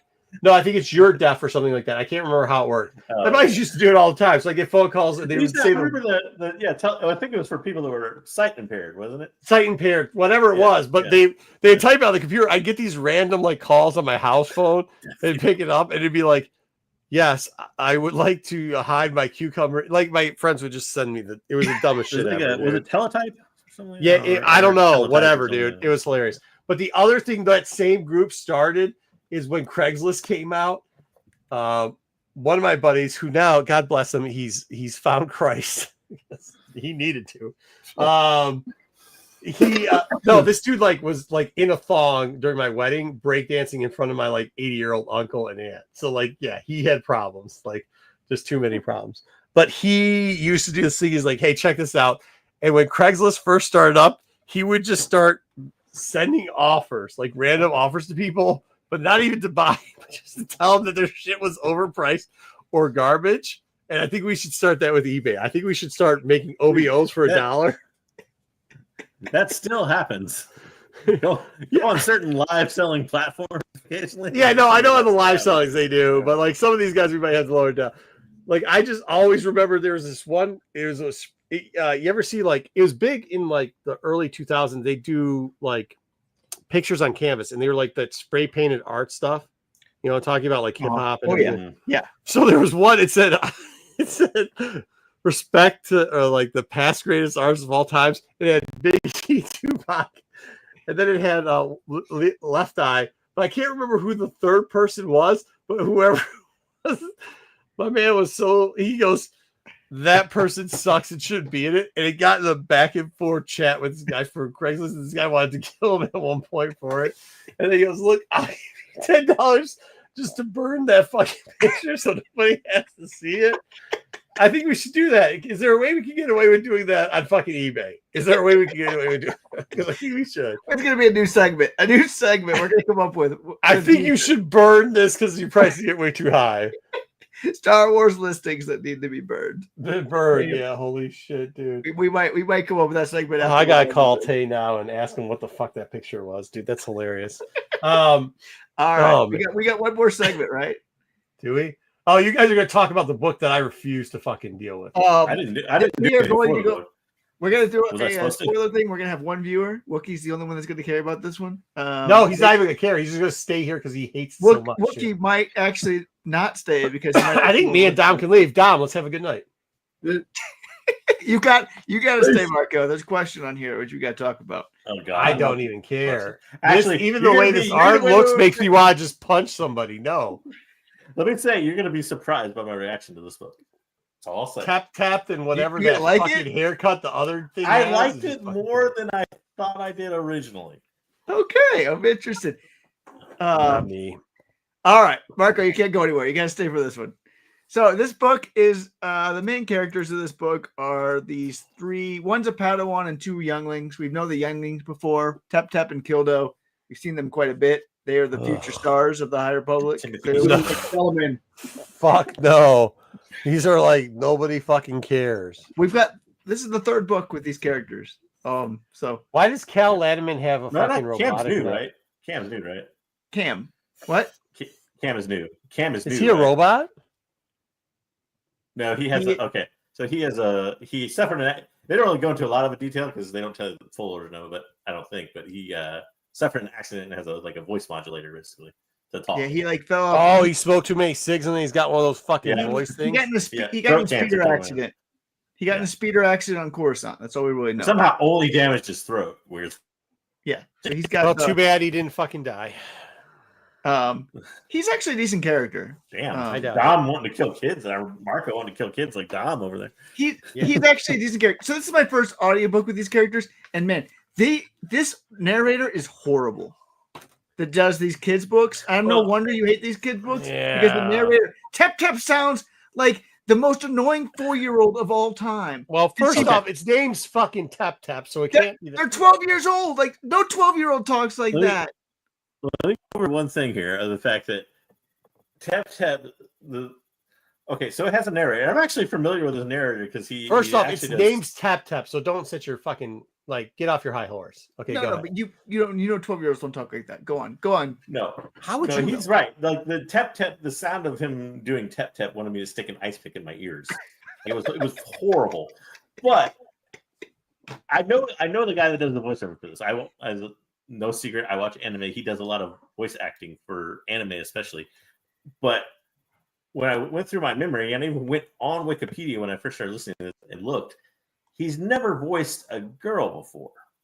This is portrayed as an audible original, right? It's not available in print format anywhere else. This is Right. a Star Wars This was Audible original. This is a horrible decision by whoever is the editor or whatever for this book to have him do the narration. Is it? That's the biggest problem. Like if you're going to do an audible, That's the original biggest and make problem? People listen to the audio. Yeah, if you're going to do an audible original and make people listen to the audio of it, then do like you did for the app for audible original and actually have people play different parts like an actual audio drama, not like have the 42-year-old male try to sound like a girl and it comes up with like the most nails on a chalkboard sound ever. That's horrible decision making. I'd agree. Actually, having this as a book period is a terrible decision. But yeah, So who wrote this? George Mann, your favorite author. Man did. It actually this book wasn't Let me guess, you liked it because everybody else hated it. Got it. Cool. No, Got it. JJ didn't think it was awful. Actually, I kind of came around. Oh, I don't know if the way you see wants to go more on the story, but I Let's came go to around the on it more characters. as a The other characters here are Eve Byer. She's the master from the last book. Her Padawan died, if you remember, and she was kidnapped. And then ultimately they saved her. She now has a new Padawan just a month later. Did Which she is play a little weird, rugby? Did she play rugby in her free time? which is a little weird that she has a new Padawan just like a month later after her last Padawan died, but whatever. I got over that. You got the Dren gear, in particular, the progenitor, also in this one. kind of. Yeah. At the end, more so. Yeah. For like the 2-minute epilogue. Master Akmora and Padawan Chalara Matanga.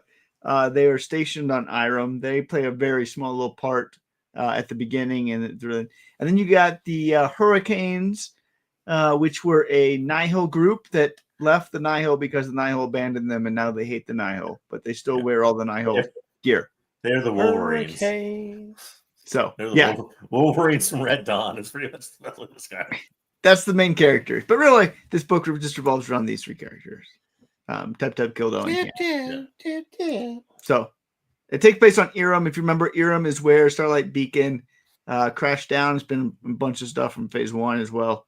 And so a big part of it is how the Jedi are viewed after the fall of Starlight Beacon on Iram and all of that places. And so the Great Progenitor was on Starlight Beacon when it fell into the ocean. And that is a plot point in the book. So, yeah. I have a few other questions, but we can just talk about whatever before we get in the questions. I mean, well, you go ahead and do the questions. I'll probably get into them as I go. Yeah. I mean, questions. Overall impressions. Go ahead, Dom. Dom had something to say. No, I'm just saying, Camp keeps looking like Chalamet, man. Looks like freaking Dune. He does look like Timothy Chalamet. I'll give that to that. Yeah, He does. to Dom, I mean. Yeah. Overall impressions, I actually, okay. So I even posted, I think, like 30 or 45 minutes into this book, but then I had to actually finish this son of a bitch or not. You did. The audio makes this like at the start, because it starts off not that great, in my opinion. As far The whole battle scene at the beginning was horrible. Yeah, it starts off really bad, actually, as far as the book goes. And then add to that the poor production of the audio drama or audio reading or whatever you want to call it, and it makes it almost an impossible hurdle to climb. But as I got past the first like half, I actually really started to like the back half. And I actually say this about it, and we'll probably get into it in the next question, but I think this was actually a better portrayal of the Dringir than the Marvel comics had in the first phase. The biggest problem I had overall with the book, though, as far as the downside was, one, I've already said this before, don't be introducing me new characters in Phase 3. You show me you can't even close out the story whose role essentially could have been filled. Am I breaking up? A little bit off and on, but you're better now. Go. Well, I was going to say, don't give me a new character in Cam whose role could have been filled by pretty much any Padawan, let's be honest. And second, the fact that now we're back to the Dringir, which was Phase 1, and I forgot all about him because guess what? I heard about him like 2 years ago. Yeah. So I don't know. I didn't like those bringing those elements back and redoing those elements, but yeah, it was weird. They actually agree with you. They did the Dringir better. So the Dringir, if you remember, the Great Progenitor, whatever his name is, their name is like the Queen of the Hive Mind, right? The Mind Hive, yeah, Hive Mind. Yeah. Yep. And now that, spoiler alert, still alive, but barely alive, right? They need somebody else to serve as the Hive Mind, and they take the Jedi to be the person that serves as the Hive Mind. So they like What? cocoon her and stick her in the back of her neck with a Dringir and can use her to communicate with all the other people that they also have stuck in the back of the neck with the mind to do their work for them. So they kidnap humans not to eat them so much, but to make them do their work that they want to get done. And for the longest time, we think they're building a weapon, but they aren't actually building a weapon. But so they're kidnapping people so that these people can do it, because there's not very many Dringir left. There's only a few of them left, and they can't do the work themselves.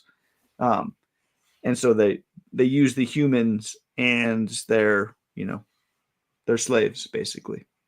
Well, so it made a lot of sense to me, because you're taking basically a powerful being in at least as far as the most powerful kind of Jedi that was on that planet at that time, and essentially making it like the queen bee, and you have all these. That's the best way to put it. But the fact that it did that versus like this weird out of nowhere Great Progenitor they had, and like in the Marvel comics, it was the hive mind that controlled everything. I actually liked this portrayal of it a lot better, because one, it made more sense, and two, it was an enemy you could actually see that had a purpose. As in, like the first time around, I felt like the Dringir kind of had no purpose. It was just like, oh, we're the hive mind. So like here, the way he wrote it, at least, you could see that the Dringir, although they didn't have like individual thoughts and feelings, the will of them or whatever working through the Jedi, like you could see that they actually had a reason for the things they were doing as a villain, as opposed to just being this weird progenitor that was an ancient thing that the Sith woke up and all that nonsense. Yeah. We later learned, if you remember in the Edge of Balance book, me and JJ read that one. Marco also couldn't find time to read that one. Because Which was that? I think I did. What The are you manga. talking- manga. The manga. with Sav. Oh yeah, I don't have time to read that bullshit. In that book, the Dringar came back too, and they were trying to get off planet and trying to get away from what we now think is maybe the big bad isn't actually Martian or the Nameless, it's the Blight. So they were trying in this book to build not a weapon but a ship so they could get away from the Blight. And so it's really setting up the Blight as the final bad, the great boss of the phase 3, I think. Yeah, which I don't actually like. So you pretty much, with the Dringar coming back now, sort of, and although kind of being a villain, not really a villain in a way, but still kidnapping people and using them as basically puppets, like, you now have basically 3 villains, right? And you haven't closed the circle on any of these yet. 4. I would say 4. You have the Drengir, which is a minor villain, the Nameless, Martian Rowe, and the Blight. Well, I kind of assume Roe and the Nameless are kind of one and the same. I mean, he's Fair still enough. controlling them and everything. But Yeah. I get your point. Yeah, there's basically 4 villains, 3 villains, however you want to put it. But the point is they haven't closed the circle on any of them, right? Like, why are we talking about the Blight now as the threat? Which, by the way, they've been investigating the Blight for like, what, months now? This thing, like, why can't we move anywhere towards that as being like a thing? And how does the Blight relate to any of this other stuff? You haven't even got that answer either. You literally get no answers about the Blight in this, despite them kind of talking about it for what, maybe at least a quarter of the book. So, Do you think that? Can I ask you a question? Do you think that the whole idea from the Drangir was originally like meant to be this way, or do you think they screwed it up so bad that they're like trying to backtrack on it?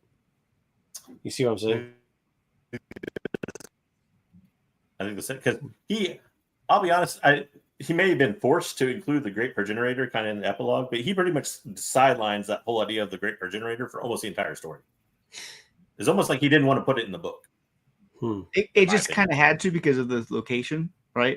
Yeah, because we know the Great Progenitor. These Drengir like somehow come out of the body of the Great Progenitor, but they're really weak and they make their way to shore and they have to start getting stronger or something. I didn't quite understand how they originated that piece, but it was a kid's book. I think it was. I factored it as like being they're weaker because they're like almost newly hatched. I don't know if hatched is the right word. You know what I'm saying? Like, like they don't have the strength of being hundreds of years old or whatever like they were before. Yeah, maybe. To me, the most interesting thing about the book was at the very end. And at the very end, there's this Padawan that was captured by the Drengir, Chilara Matanga. And twice we are told that she is playing with a Mongo Beefhead? What? Mongo Beefhead? Chilara Matanga. Yeah. She's playing with a wooden puzzle box. And she's acting really weird because she's like spying on the kids and the Padawan and everything like that. And if you remember, Aslan Rel in the other George Mann book that we read about 3 months ago, Tears of the Nameless, Aslan was always playing with the wooden puzzle box. And that somehow it seemed like how he was communicating, passing messages.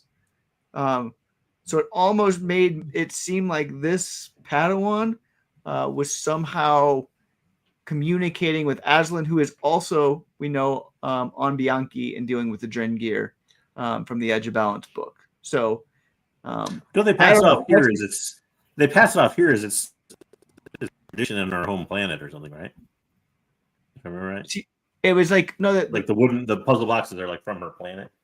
Yeah, from her planet, and it was like some sort of therapy she was doing it as. Yeah, but she was also like spying on the kids. It made it pretty clear at the end. So I'm really interested to see again. We're adding another character that wasn't even really in this book, but looks like it might be another character. Wasn't she the one being controlled by the here for like 2/3 of the book?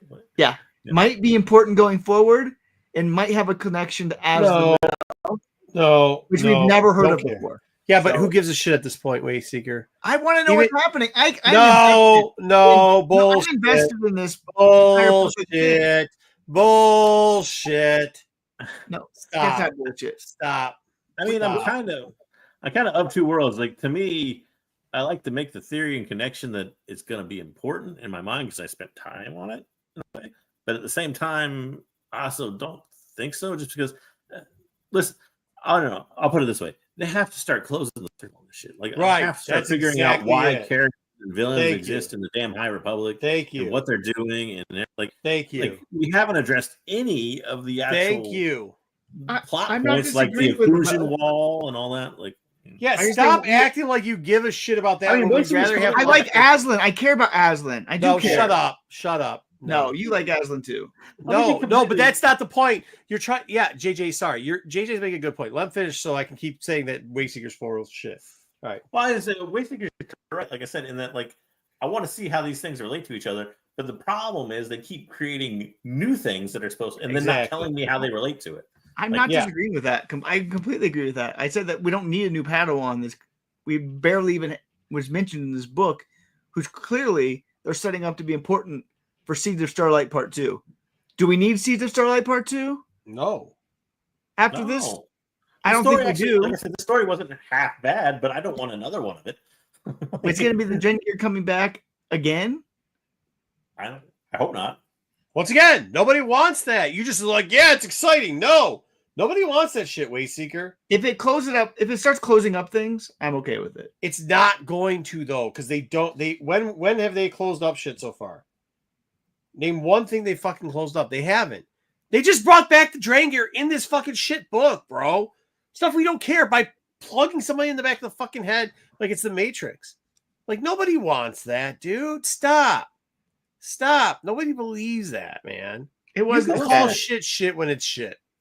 One story element they kind of introduced that we've kind of seen before, but not really. But I think it has a little bit of potential to maybe concept wise at least roll into other things was the Hurricanes. I know that's a goofy ass name as usual, but Yeah.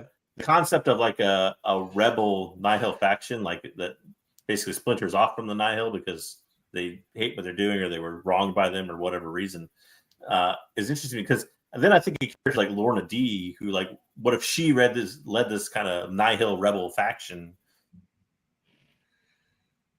Do a story. That'd be a way to Again, tie you it have in. to start closing the circle. Yeah, That- you have to start yeah. closing the circle instead of just introducing new stuff. So Yeah. And you're right. That would be a way to tie it in. But like, does anybody want anything tied in at this point, or do we just want to like fucking end it, bro? I You know, want a I- good I- ending. I want a good ending too. I mean, we spent years on this, right? Yeah, it seems like it. But them adding new stuff at the end or trying to link this new wooden box, if that's even true. And I will love to see how Wayseeker, because he's done it before, tries to stretch some. He'll weave some bullshit better than Dom's word salad on some of this shit. Word Yeah. salad. I mean, It's the like, same author. again, And Yeah. I'm not surprised that they try to connect things. I'm not saying they should, but I still think they are. yeah, I agree with that for the most part. Like, again, like you don't need to. I guess the biggest problem is you have too many cooks in the kitchen, and they all want to create their own story elements to connect to something bigger. But you don't need to do that. Just take Yeah, the story agreed. elements that exist already and start doing Agreed. it. Like, Yeah, I that's the agree. biggest problem. This Cam character was. I actually like this Cam character, but I agree with JJ. Yeah. It wasn't needed to bring in a new character here. This could have Yeah. been Especially, 5 Because- other people. He's That but was- especially with all the bullshit, right?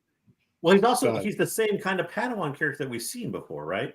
Right. His original master's dead, so now he's got a new master, and he's deeply attached to that new master, et cetera, et cetera. But how many times have we heard that story already? And I get there's a war going on, but how many times have we heard that story already? I feel like Absolutely. the only Like, reason you they could did have this, easily made that any other Padawan in the High Republic that had lost a master. I feel like the only reason they did this is because they wanted the guy with the vocal recorder. Like, It sounded, they wanted to make Which- they wanted to make the narrator sound like a droid for Which half is the book. stupid. Yeah, which is what it seems like they do with a lot of this shit, though. I mean, that's the biggest problem. but the character with- was actually good. I do think the character was, but they had to spend a lot of time developing this character that they wouldn't have had to spend if they would have used a different character. Because you're starting from scratch and you have to And, like, I spend mean, why a can't good 50 pages of your story developing his story, which was don't get me wrong, like I like Belle and I like Reith and all that, but like why couldn't like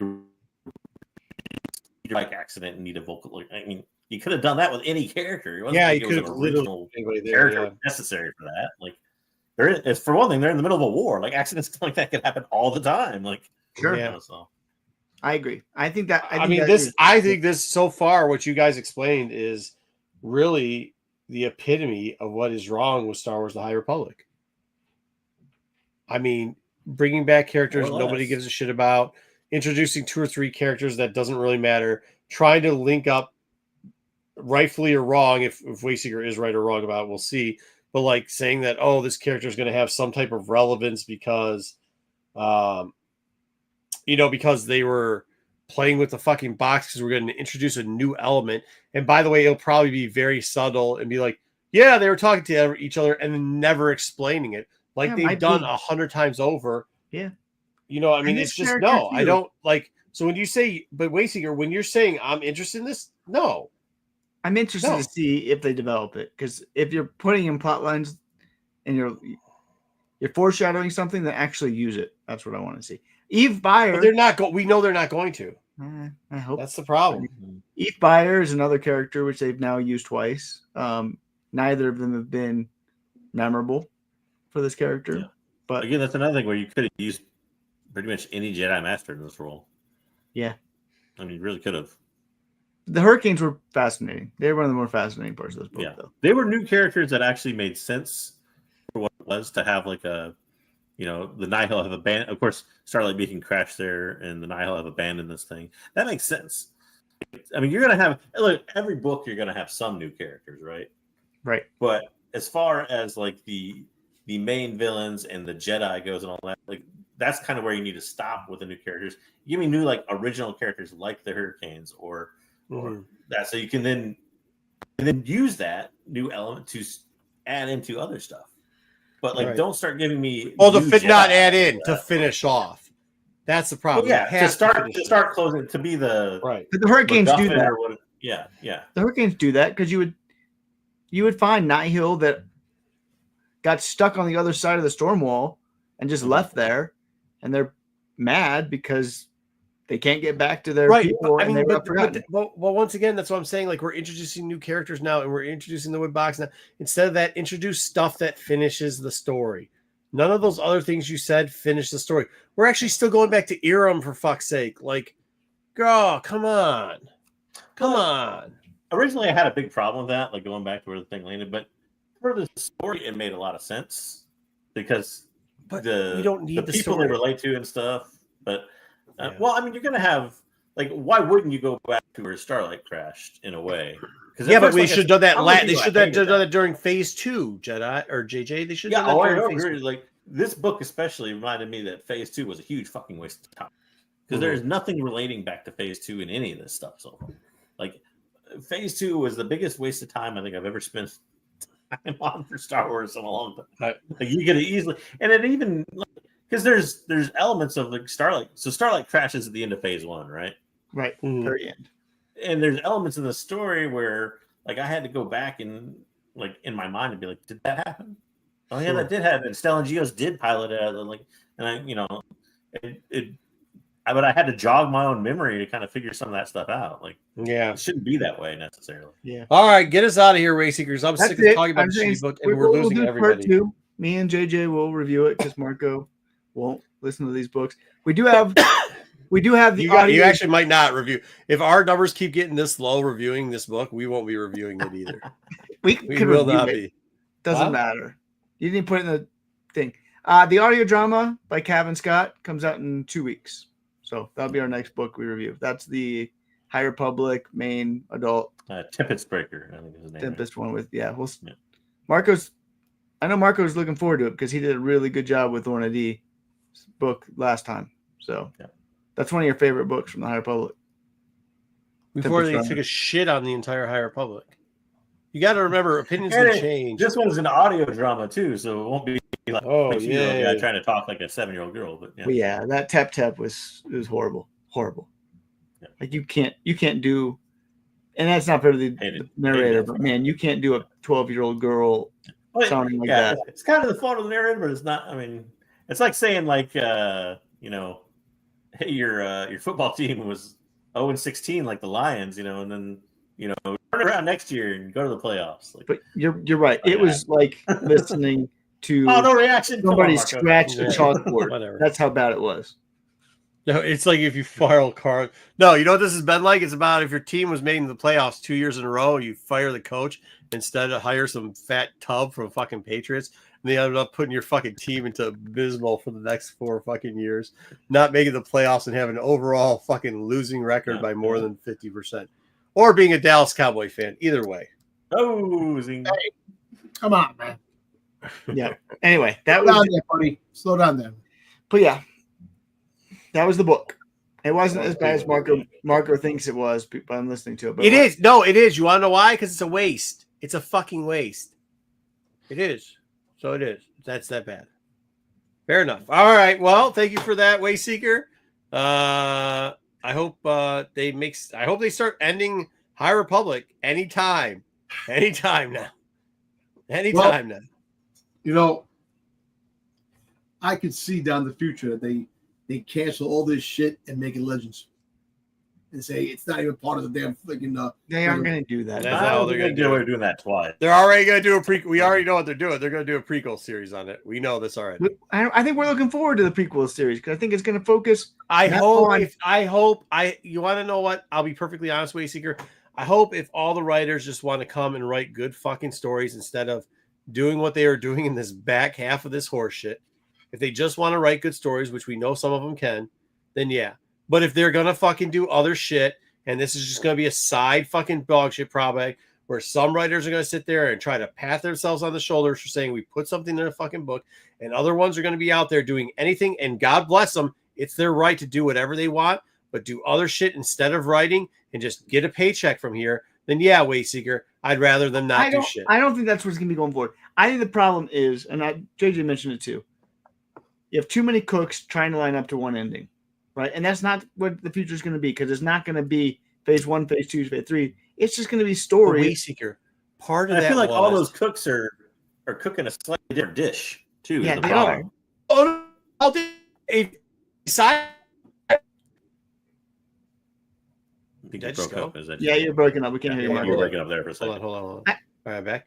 Besides You're Claudia Gray, tell me one, and actually, man, tell me one other fucking writer besides those two that was 100% focused on this series from phase 1 to phase 3. Because I can tell you, I not don't a think fucking Gray one. was. I don't think Gray was either. Let's be clear. Gray's barely written anything lately. Yeah, lately because they actually start to have the other Man, people who were not focused in I don't there. know. I think it's a It great. was. I talked to her. It wasn't because of her. She still wanted to write shit. They didn't use her. There's a difference. I don't think it's always the greatest story that he puts out, but Older has been mostly focused on. Yeah, Older has been focused. He may be focused No, on he other hasn't. He's been things. doing a bunch of. We all know what he's been doing. He's been doing a bunch of other shit. He has not been focused on He this. may be doing things not involving writing. Yeah. But yeah. And But I'm I not think saying it. mostly Like, as far good as for his him. writing Hey. goes, Whoa. First off, not judging. You can I'm do just whatever you saying. want. I'm just saying You can do yeah, whatever the fuck you want. But, like, don't tell me, like, we're excited for it because you could tell during some of that older run, especially in the comics, there was nobody home. There just wasn't shit. I stand by Cracked the fact. egg. I'm Do glad that they shit. took chances on authors and stuff, but I stand Yeah. by the fact that there was the biggest mistake of the High Republic was phase 2. And in that phase, you also introduced a bunch of new writers, and then you try to keep everybody on through phase 3, and like it just doesn't work that way. Like just you should have just that's fair. skipped phase 2, and it should have been a 2-phase thing, or at the very end, like if you want to do a prequel trilogy, like fine, like give me phase 1, phase 2, and then go back into a prequel thing or something like that. But Yeah, I'm not a prequel thing in the middle and didn't connect that tissue at all. I love phase 2, but it has been a disappointment in connecting to the Higher Republic story. Like it just hasn't done it. It hasn't advanced the story. But let's be clear, phase 3 hasn't advanced the story either in ways that have been very good. It's been wasting time. It's been running in circles. But I do think I think Cavan's all in. But but Cavan pulled back on his, like, that's what I'm saying. Well, you're right, Cavan. So but Cavan pulled back, and so did Gray on the amount of work that they gave him. And they did give more, and they gave more work to Man, and he's all in the look good. But the rest of them, you can say what you want about that. I give Ireland a hard time, but bullshit. Well, she puts bullshit in there. You know that's what I my mean? thing. Like she Why fucking do you likes keep patting it- herself on the that's back. my And thing. this Why are isn't you- Star Wars now. Come on. Let's not lie about it. It's okay to tell the truth about things. And yeah, Older, although we like him and whatever personally he's doing, that's fine. But he has not been at work the whole time. And that's okay. But like, let's not act like that shit's going to be good if they do the same shit they just did. But I still think the problem is JJ's right. There's just too many cooks. Like too many. And that's what I'm like. Why I get like again, you're having all those people, and it's human nature that not all those people are going to stay focused on this project probably through the 5 years. Agreed. Like, so why are you keeping them all on the team? Like, why, if you wanted to bring on new writers for phase 2, that's fine. But then why aren't they done into phase 2? Why are they then trying to jump into phase 3? And agree. Yeah. I mean, you're not going to get a disagreement on me on any of those points. I agree wholeheartedly. Mm-hmm. I just think, like, I don't know. I don't know, man. You know, they messed up by going back. You know, they should have continued to go instead of going back 100 years before this. When they first started, just continue on that, and they could have did some flashbacks in the books on things that happened along the way. I really think the reason why they couldn't do that is because Soul wanted to do his own projects. And that's the biggest problem is that Soul was in charge of a lot. Let's be honest. Soul was in charge of a lot of this. And all of a sudden, I Dream of Jeannie fucking took off. All of a sudden, what else did he do? Something else he had, and then he wanted to go. Novel, Yeah. two-part. Two-part science fiction novel or something. Yeah, I mean, he just started doing all types of other shit too. He's doing don't worry about it. He's working on a TV show. Mm-hmm. Mm-hmm. Like, and that's good for him. And nothing wrong with that. But like, I agree with you. But I think Soul was the head guy, and he said, "I got to be focused on these other projects," and they couldn't keep going forward at the time. Yeah. I mean, phase 2 feels like a filler arc at this point, right? Yeah. I mean, am I wrong? It's like they put the story on pause for phase 2, and it's basically a filler arc, more or less, is what it feels like now. Because it wouldn't be that way if they actually connected the stuff, but they're not doing that. No, it is. It's pretty bad in that regard. Yeah, I mean, that's what's unfortunate. It's unfortunate because they haven't even gotten to the part of the 20, the missing 20. Like, that's not part of this though. That's the Well, it should be at the end. It's about Kiwi. This is about one person of the Lost 20. It's about Kiwi, and Kiwi's gonna fall. We all know it's leading there. That's Cavan's stuff, and I have no problem with that. Dom. It's not the story of the Lost 20. It's the story of the High Republic, and Kiwi is the main character. I know, but it seems like they're going back. Partially right, and that's not cohesive. Yeah, it reminds me of the Star Wars sequel trilogy. That you had one director, another one come in. That's what it reminds me of, going back and forth, and it's not. It's people have lost. I mean, Dom's not wrong too. You got to start. He's not. You got to start closing that loop too, right? I mean, you got to start closing the loop of Kiwi, which we're getting there, but we're are. I think. I mean, I think we see Kiwi getting more and more distanced in the main line. I think we're going to see it in this. I think they are closing the loop on Kiwi. It's just I hate that they're closing it in this comic section, and not in a book at all. Like where the main High Republic stuff has been done in the book. It's weird to me that's always been more or less relegated to comics, though. I know that much, but yeah, I get what you're saying. Still weird, but whatever. Yeah, I mean I think that's where, like, when I'm saying you're full of shit and stuff, it's like I think all of us who have felt this through the High Republic, like, we just want this portion to come to a conclusion concisely. Like, get it done. Stop adding stuff at this point. I mean, can you agree this way, Seeker? Stop adding shit at this point. Let's just get it done and then move along. And let's. Hey, you know what, Charles? Thank you for your service. See you later. Hey, Older, if you want to, hey man, if you want to do what you do, much respect for whatever you're following your dreams, man. Go do that, man. The only thing I would disagree with you is this. And then just get rid of Justine. The only thing I disagree with you is this. Yep. I don't want them to drastically move the plot line in an audio-only kids book. Yeah, I can see that. especially one that was announced last second too. Right. Yeah. So, But at this point, I don't care. Anything. Anything. Dude, if you have kids wasting your apparently you give your kid all the answers, but there's at one point where you're helping your children. There's at one point where you're helping your child out at spelling or something at some point in their life, and you're just like, spit it out, Junior. Get this last word done. Get this last bar. I don't give a shit. Here's the answer. Get it done and leave me the fuck alone. All right. Basically, and this is where the High Republic has gotten to. Get it done. I don't care where you do it. I don't care if that fucking letter is on the outside of the page. If you color it in marker, if you fucking just pick your nose and draw it in fucking boogers, I don't care. Just get it done. You're right. Look, I want this to end. I want this to end because it's at a point now. It's dragging on, and look. There are interesting characters. Don't get me wrong. Monson Rowe is an awesome villain, but they're not using him. They're not freaking utilizing him the way they could be using him. Where are like the major Sith? I mean, somebody that could be a badass. It doesn't fit. I know, but no, it doesn't fit. I'm glad they're not bringing a major Sith. They brought a great character right, Martian Rowe. You ruined your point by saying we're the Sith. You bring in friggin' the Doublemint twins. You bring in Doublemint? Just call them the Doublemint twins. Yes, it's friggin'. It's just ridiculous. So there are some good characters, but the story is not progressing because like I said, once they started the series and then they went back, they lost everybody, and now they haven't even gone. The story that they started off with is not even the story that they started off with. Yeah, I mean, I got to question this. Maybe this is more for Marco actually than anybody else because he kind of talked to one person that may be involved. But would you rather, at this point, right now, and let's say they want to do more High Republic, be it a prequel or whatever, like that era and related, would you rather them just see them wipe it out and reboot and start with everybody, new team fresh?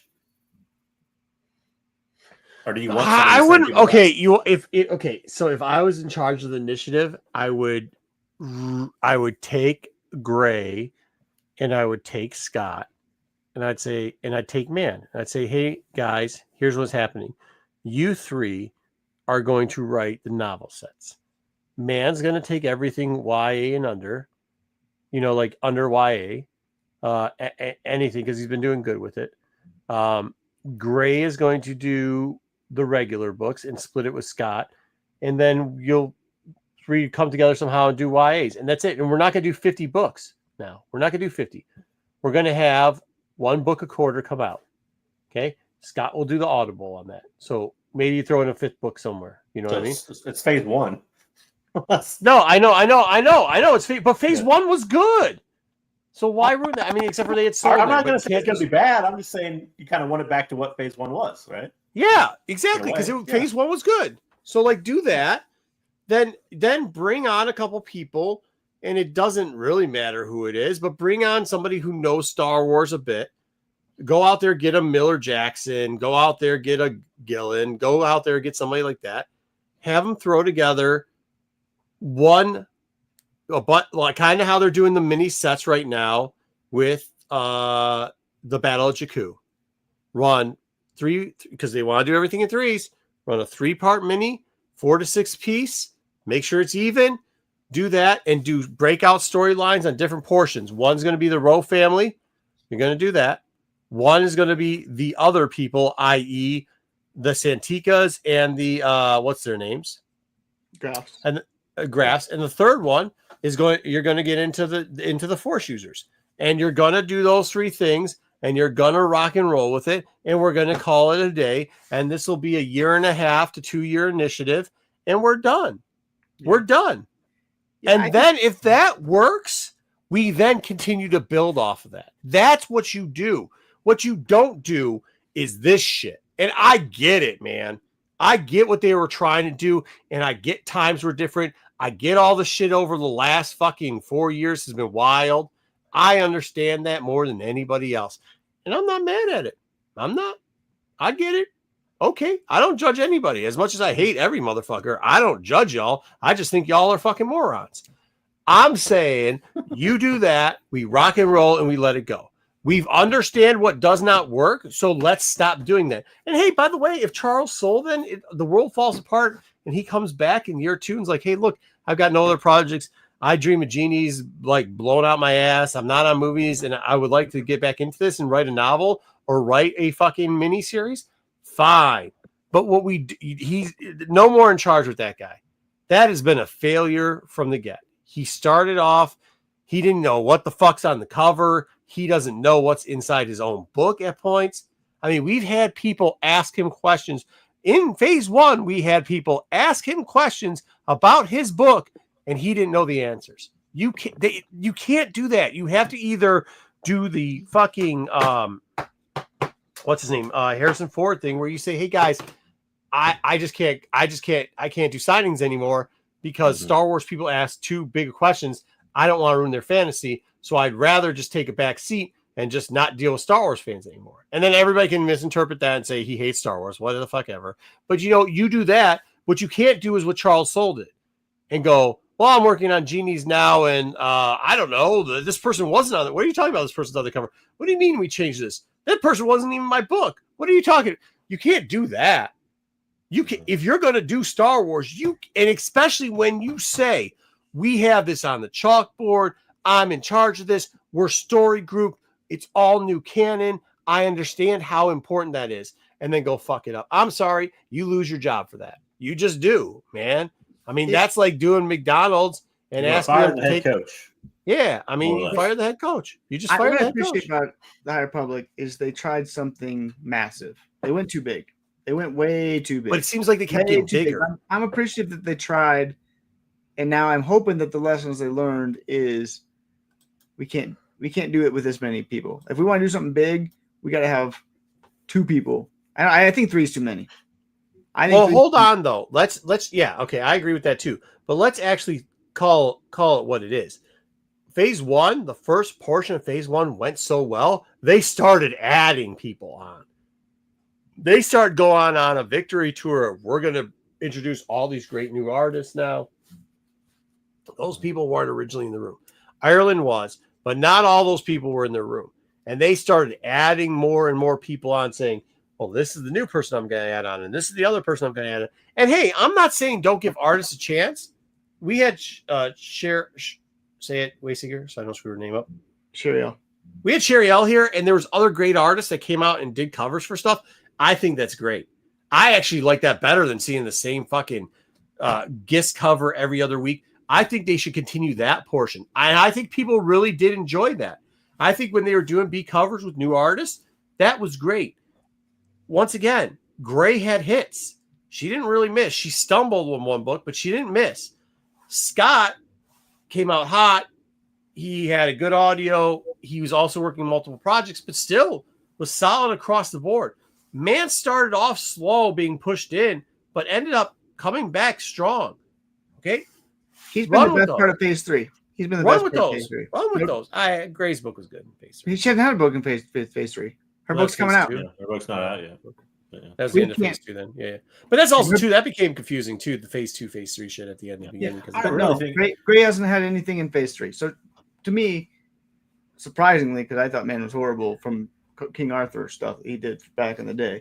Yeah, the first 2. Well, not just that. The first that book he did was High Republic stuff, but that stuff was garbage. Yeah, the dragon in the night, the fucking that was garbage. Hold on. For people that don't know, Man wrote a book where it was supposed to be Obi-Wan fighting the Krayt dragon, I think, but instead it was King Arthur fighting a dragon lizard in the desert of Tatooine. I remember it was St. not George fucking the good. Remember St. George? He also did a Life Day book with Kevin, and that book was just that book was terrible too. Yeah, so, that was garbage. Nothing. If you're watching this, like you've been in the Star of Phase 3, so like I'm impressed with your ability. And by the way, look, man, I'm not saying like as much as you guys think I hate Kathy Ireland, I do not like Kathy Ireland. Or not Kathy, as much as I say Justine. Are you like turning into dog here? Unnecessary. No, but as much as you think I know there's a spot in literary works and like for that style and that self-granulating backpatting and just that nauseating self-involvement. It's just not here. It's just not here. It hasn't worked. I know Wasey used to say, yeah, that book's going to be there. But if you go back and rank top 5 books, she didn't make one list. She wasn't close to probably top 10 on any of the ones. I mean, I think it's like, I agree with Wasey. I think Man's been probably the best part of Phase 3 so far. And I'll argue that he has a little bit tougher road than some of them, although they've been doing this with other people too. But like started off, I think, on a kid's book and then like a young adult, and like they've really switched him up in his wheelhouse, which might have worked out better for him as far as I think it did. Story, but that's what I'm saying. Use him for a young A, and then if he has to come back and write a kid, let him write it after that. Especially with characters, if you're gonna here's the difference between Justine and him. When you have to do these characters, non-binary characters, he does it well. And you could see it in his children's books. She does not. And like that's something you're going to have to do from now on. So Marcos talked about what he wants. This is what I want moving forward. I want them to prioritize 3 or 4 characters that they think will be good stories in animation, whatever, someday. Maybe it's Belle. Oh, we don't want to hear that bullshit out of you because of fucking blue balls, but maybe it's Belle. Maybe it's Elzar. I don't know. You prioritize 3 or 4 characters that you think are the future of the High Republic. And you say, you get this character. You get this character. You get this character. Develop fun stories with these characters. I love them. Yeah. I don't care if it overall is like, has to come together in some great narrative. I just want good stories that make people fall in love with these characters. Yeah. Because we want to redeem something from the High Republic. Because right now, that's the way to redeem it. Yeah. That's kind of what they did in Phase 1, right? And more or less. That is. I mean, you kind of had, Soul kind of did the overhaul for everybody. Yeah. Well, I mean, he kind of did what they call the Trinity or whatever of Geos and Avar, and then you had Gray kind of did the young adults, so she had a lot of Wreath and the I forget the name of their ship, but if you think. But Soul did overarching because he didn't just do that. He did the he included other people, but like the main characters in his book were largely, at least started off largely. Do you remember? Because he did the Porter Engle and he did that whole group there. I wouldn't call Porter Engle was a main character of that book. Bell, sorry, whatever. Well, I was saying that group. Yeah, he did Bell originally too. Yeah. I think Bell really excelled later on. Yeah, later on in that arc or whatever. But I also think, I'll be honest with you, I think Man accelerated later on too. Yeah. And I think actually Chris, although I've been negative on her a lot lately, she seems to be coming back around to, like, I'll be honest with you, that Soul book, if you go back and read it and see what he's doing and reread the section 1, phase 1 under a new light, you might say, ooh. I think you might say, ooh, not as good as I remember it. Not quite as good as I remember, because I do think it was just an introduction. Like, it was good because he did an introduction to all characters, but it was very broad strokes. Yep, I agree with that. I reread the book not too long ago, and it just hits differently after. Okay. But as a first introduction, I think it actually was a pretty good first introduction. But it's just he didn't. What I wonder, he didn't develop his characters enough. He kind of checked out, which I think hurt that book more. Do we think we need to cut the comics out, at least the all ages comics out of this thing altogether? Yeah, 100%. Maybe some minis. It seems like it just muddies up the stories.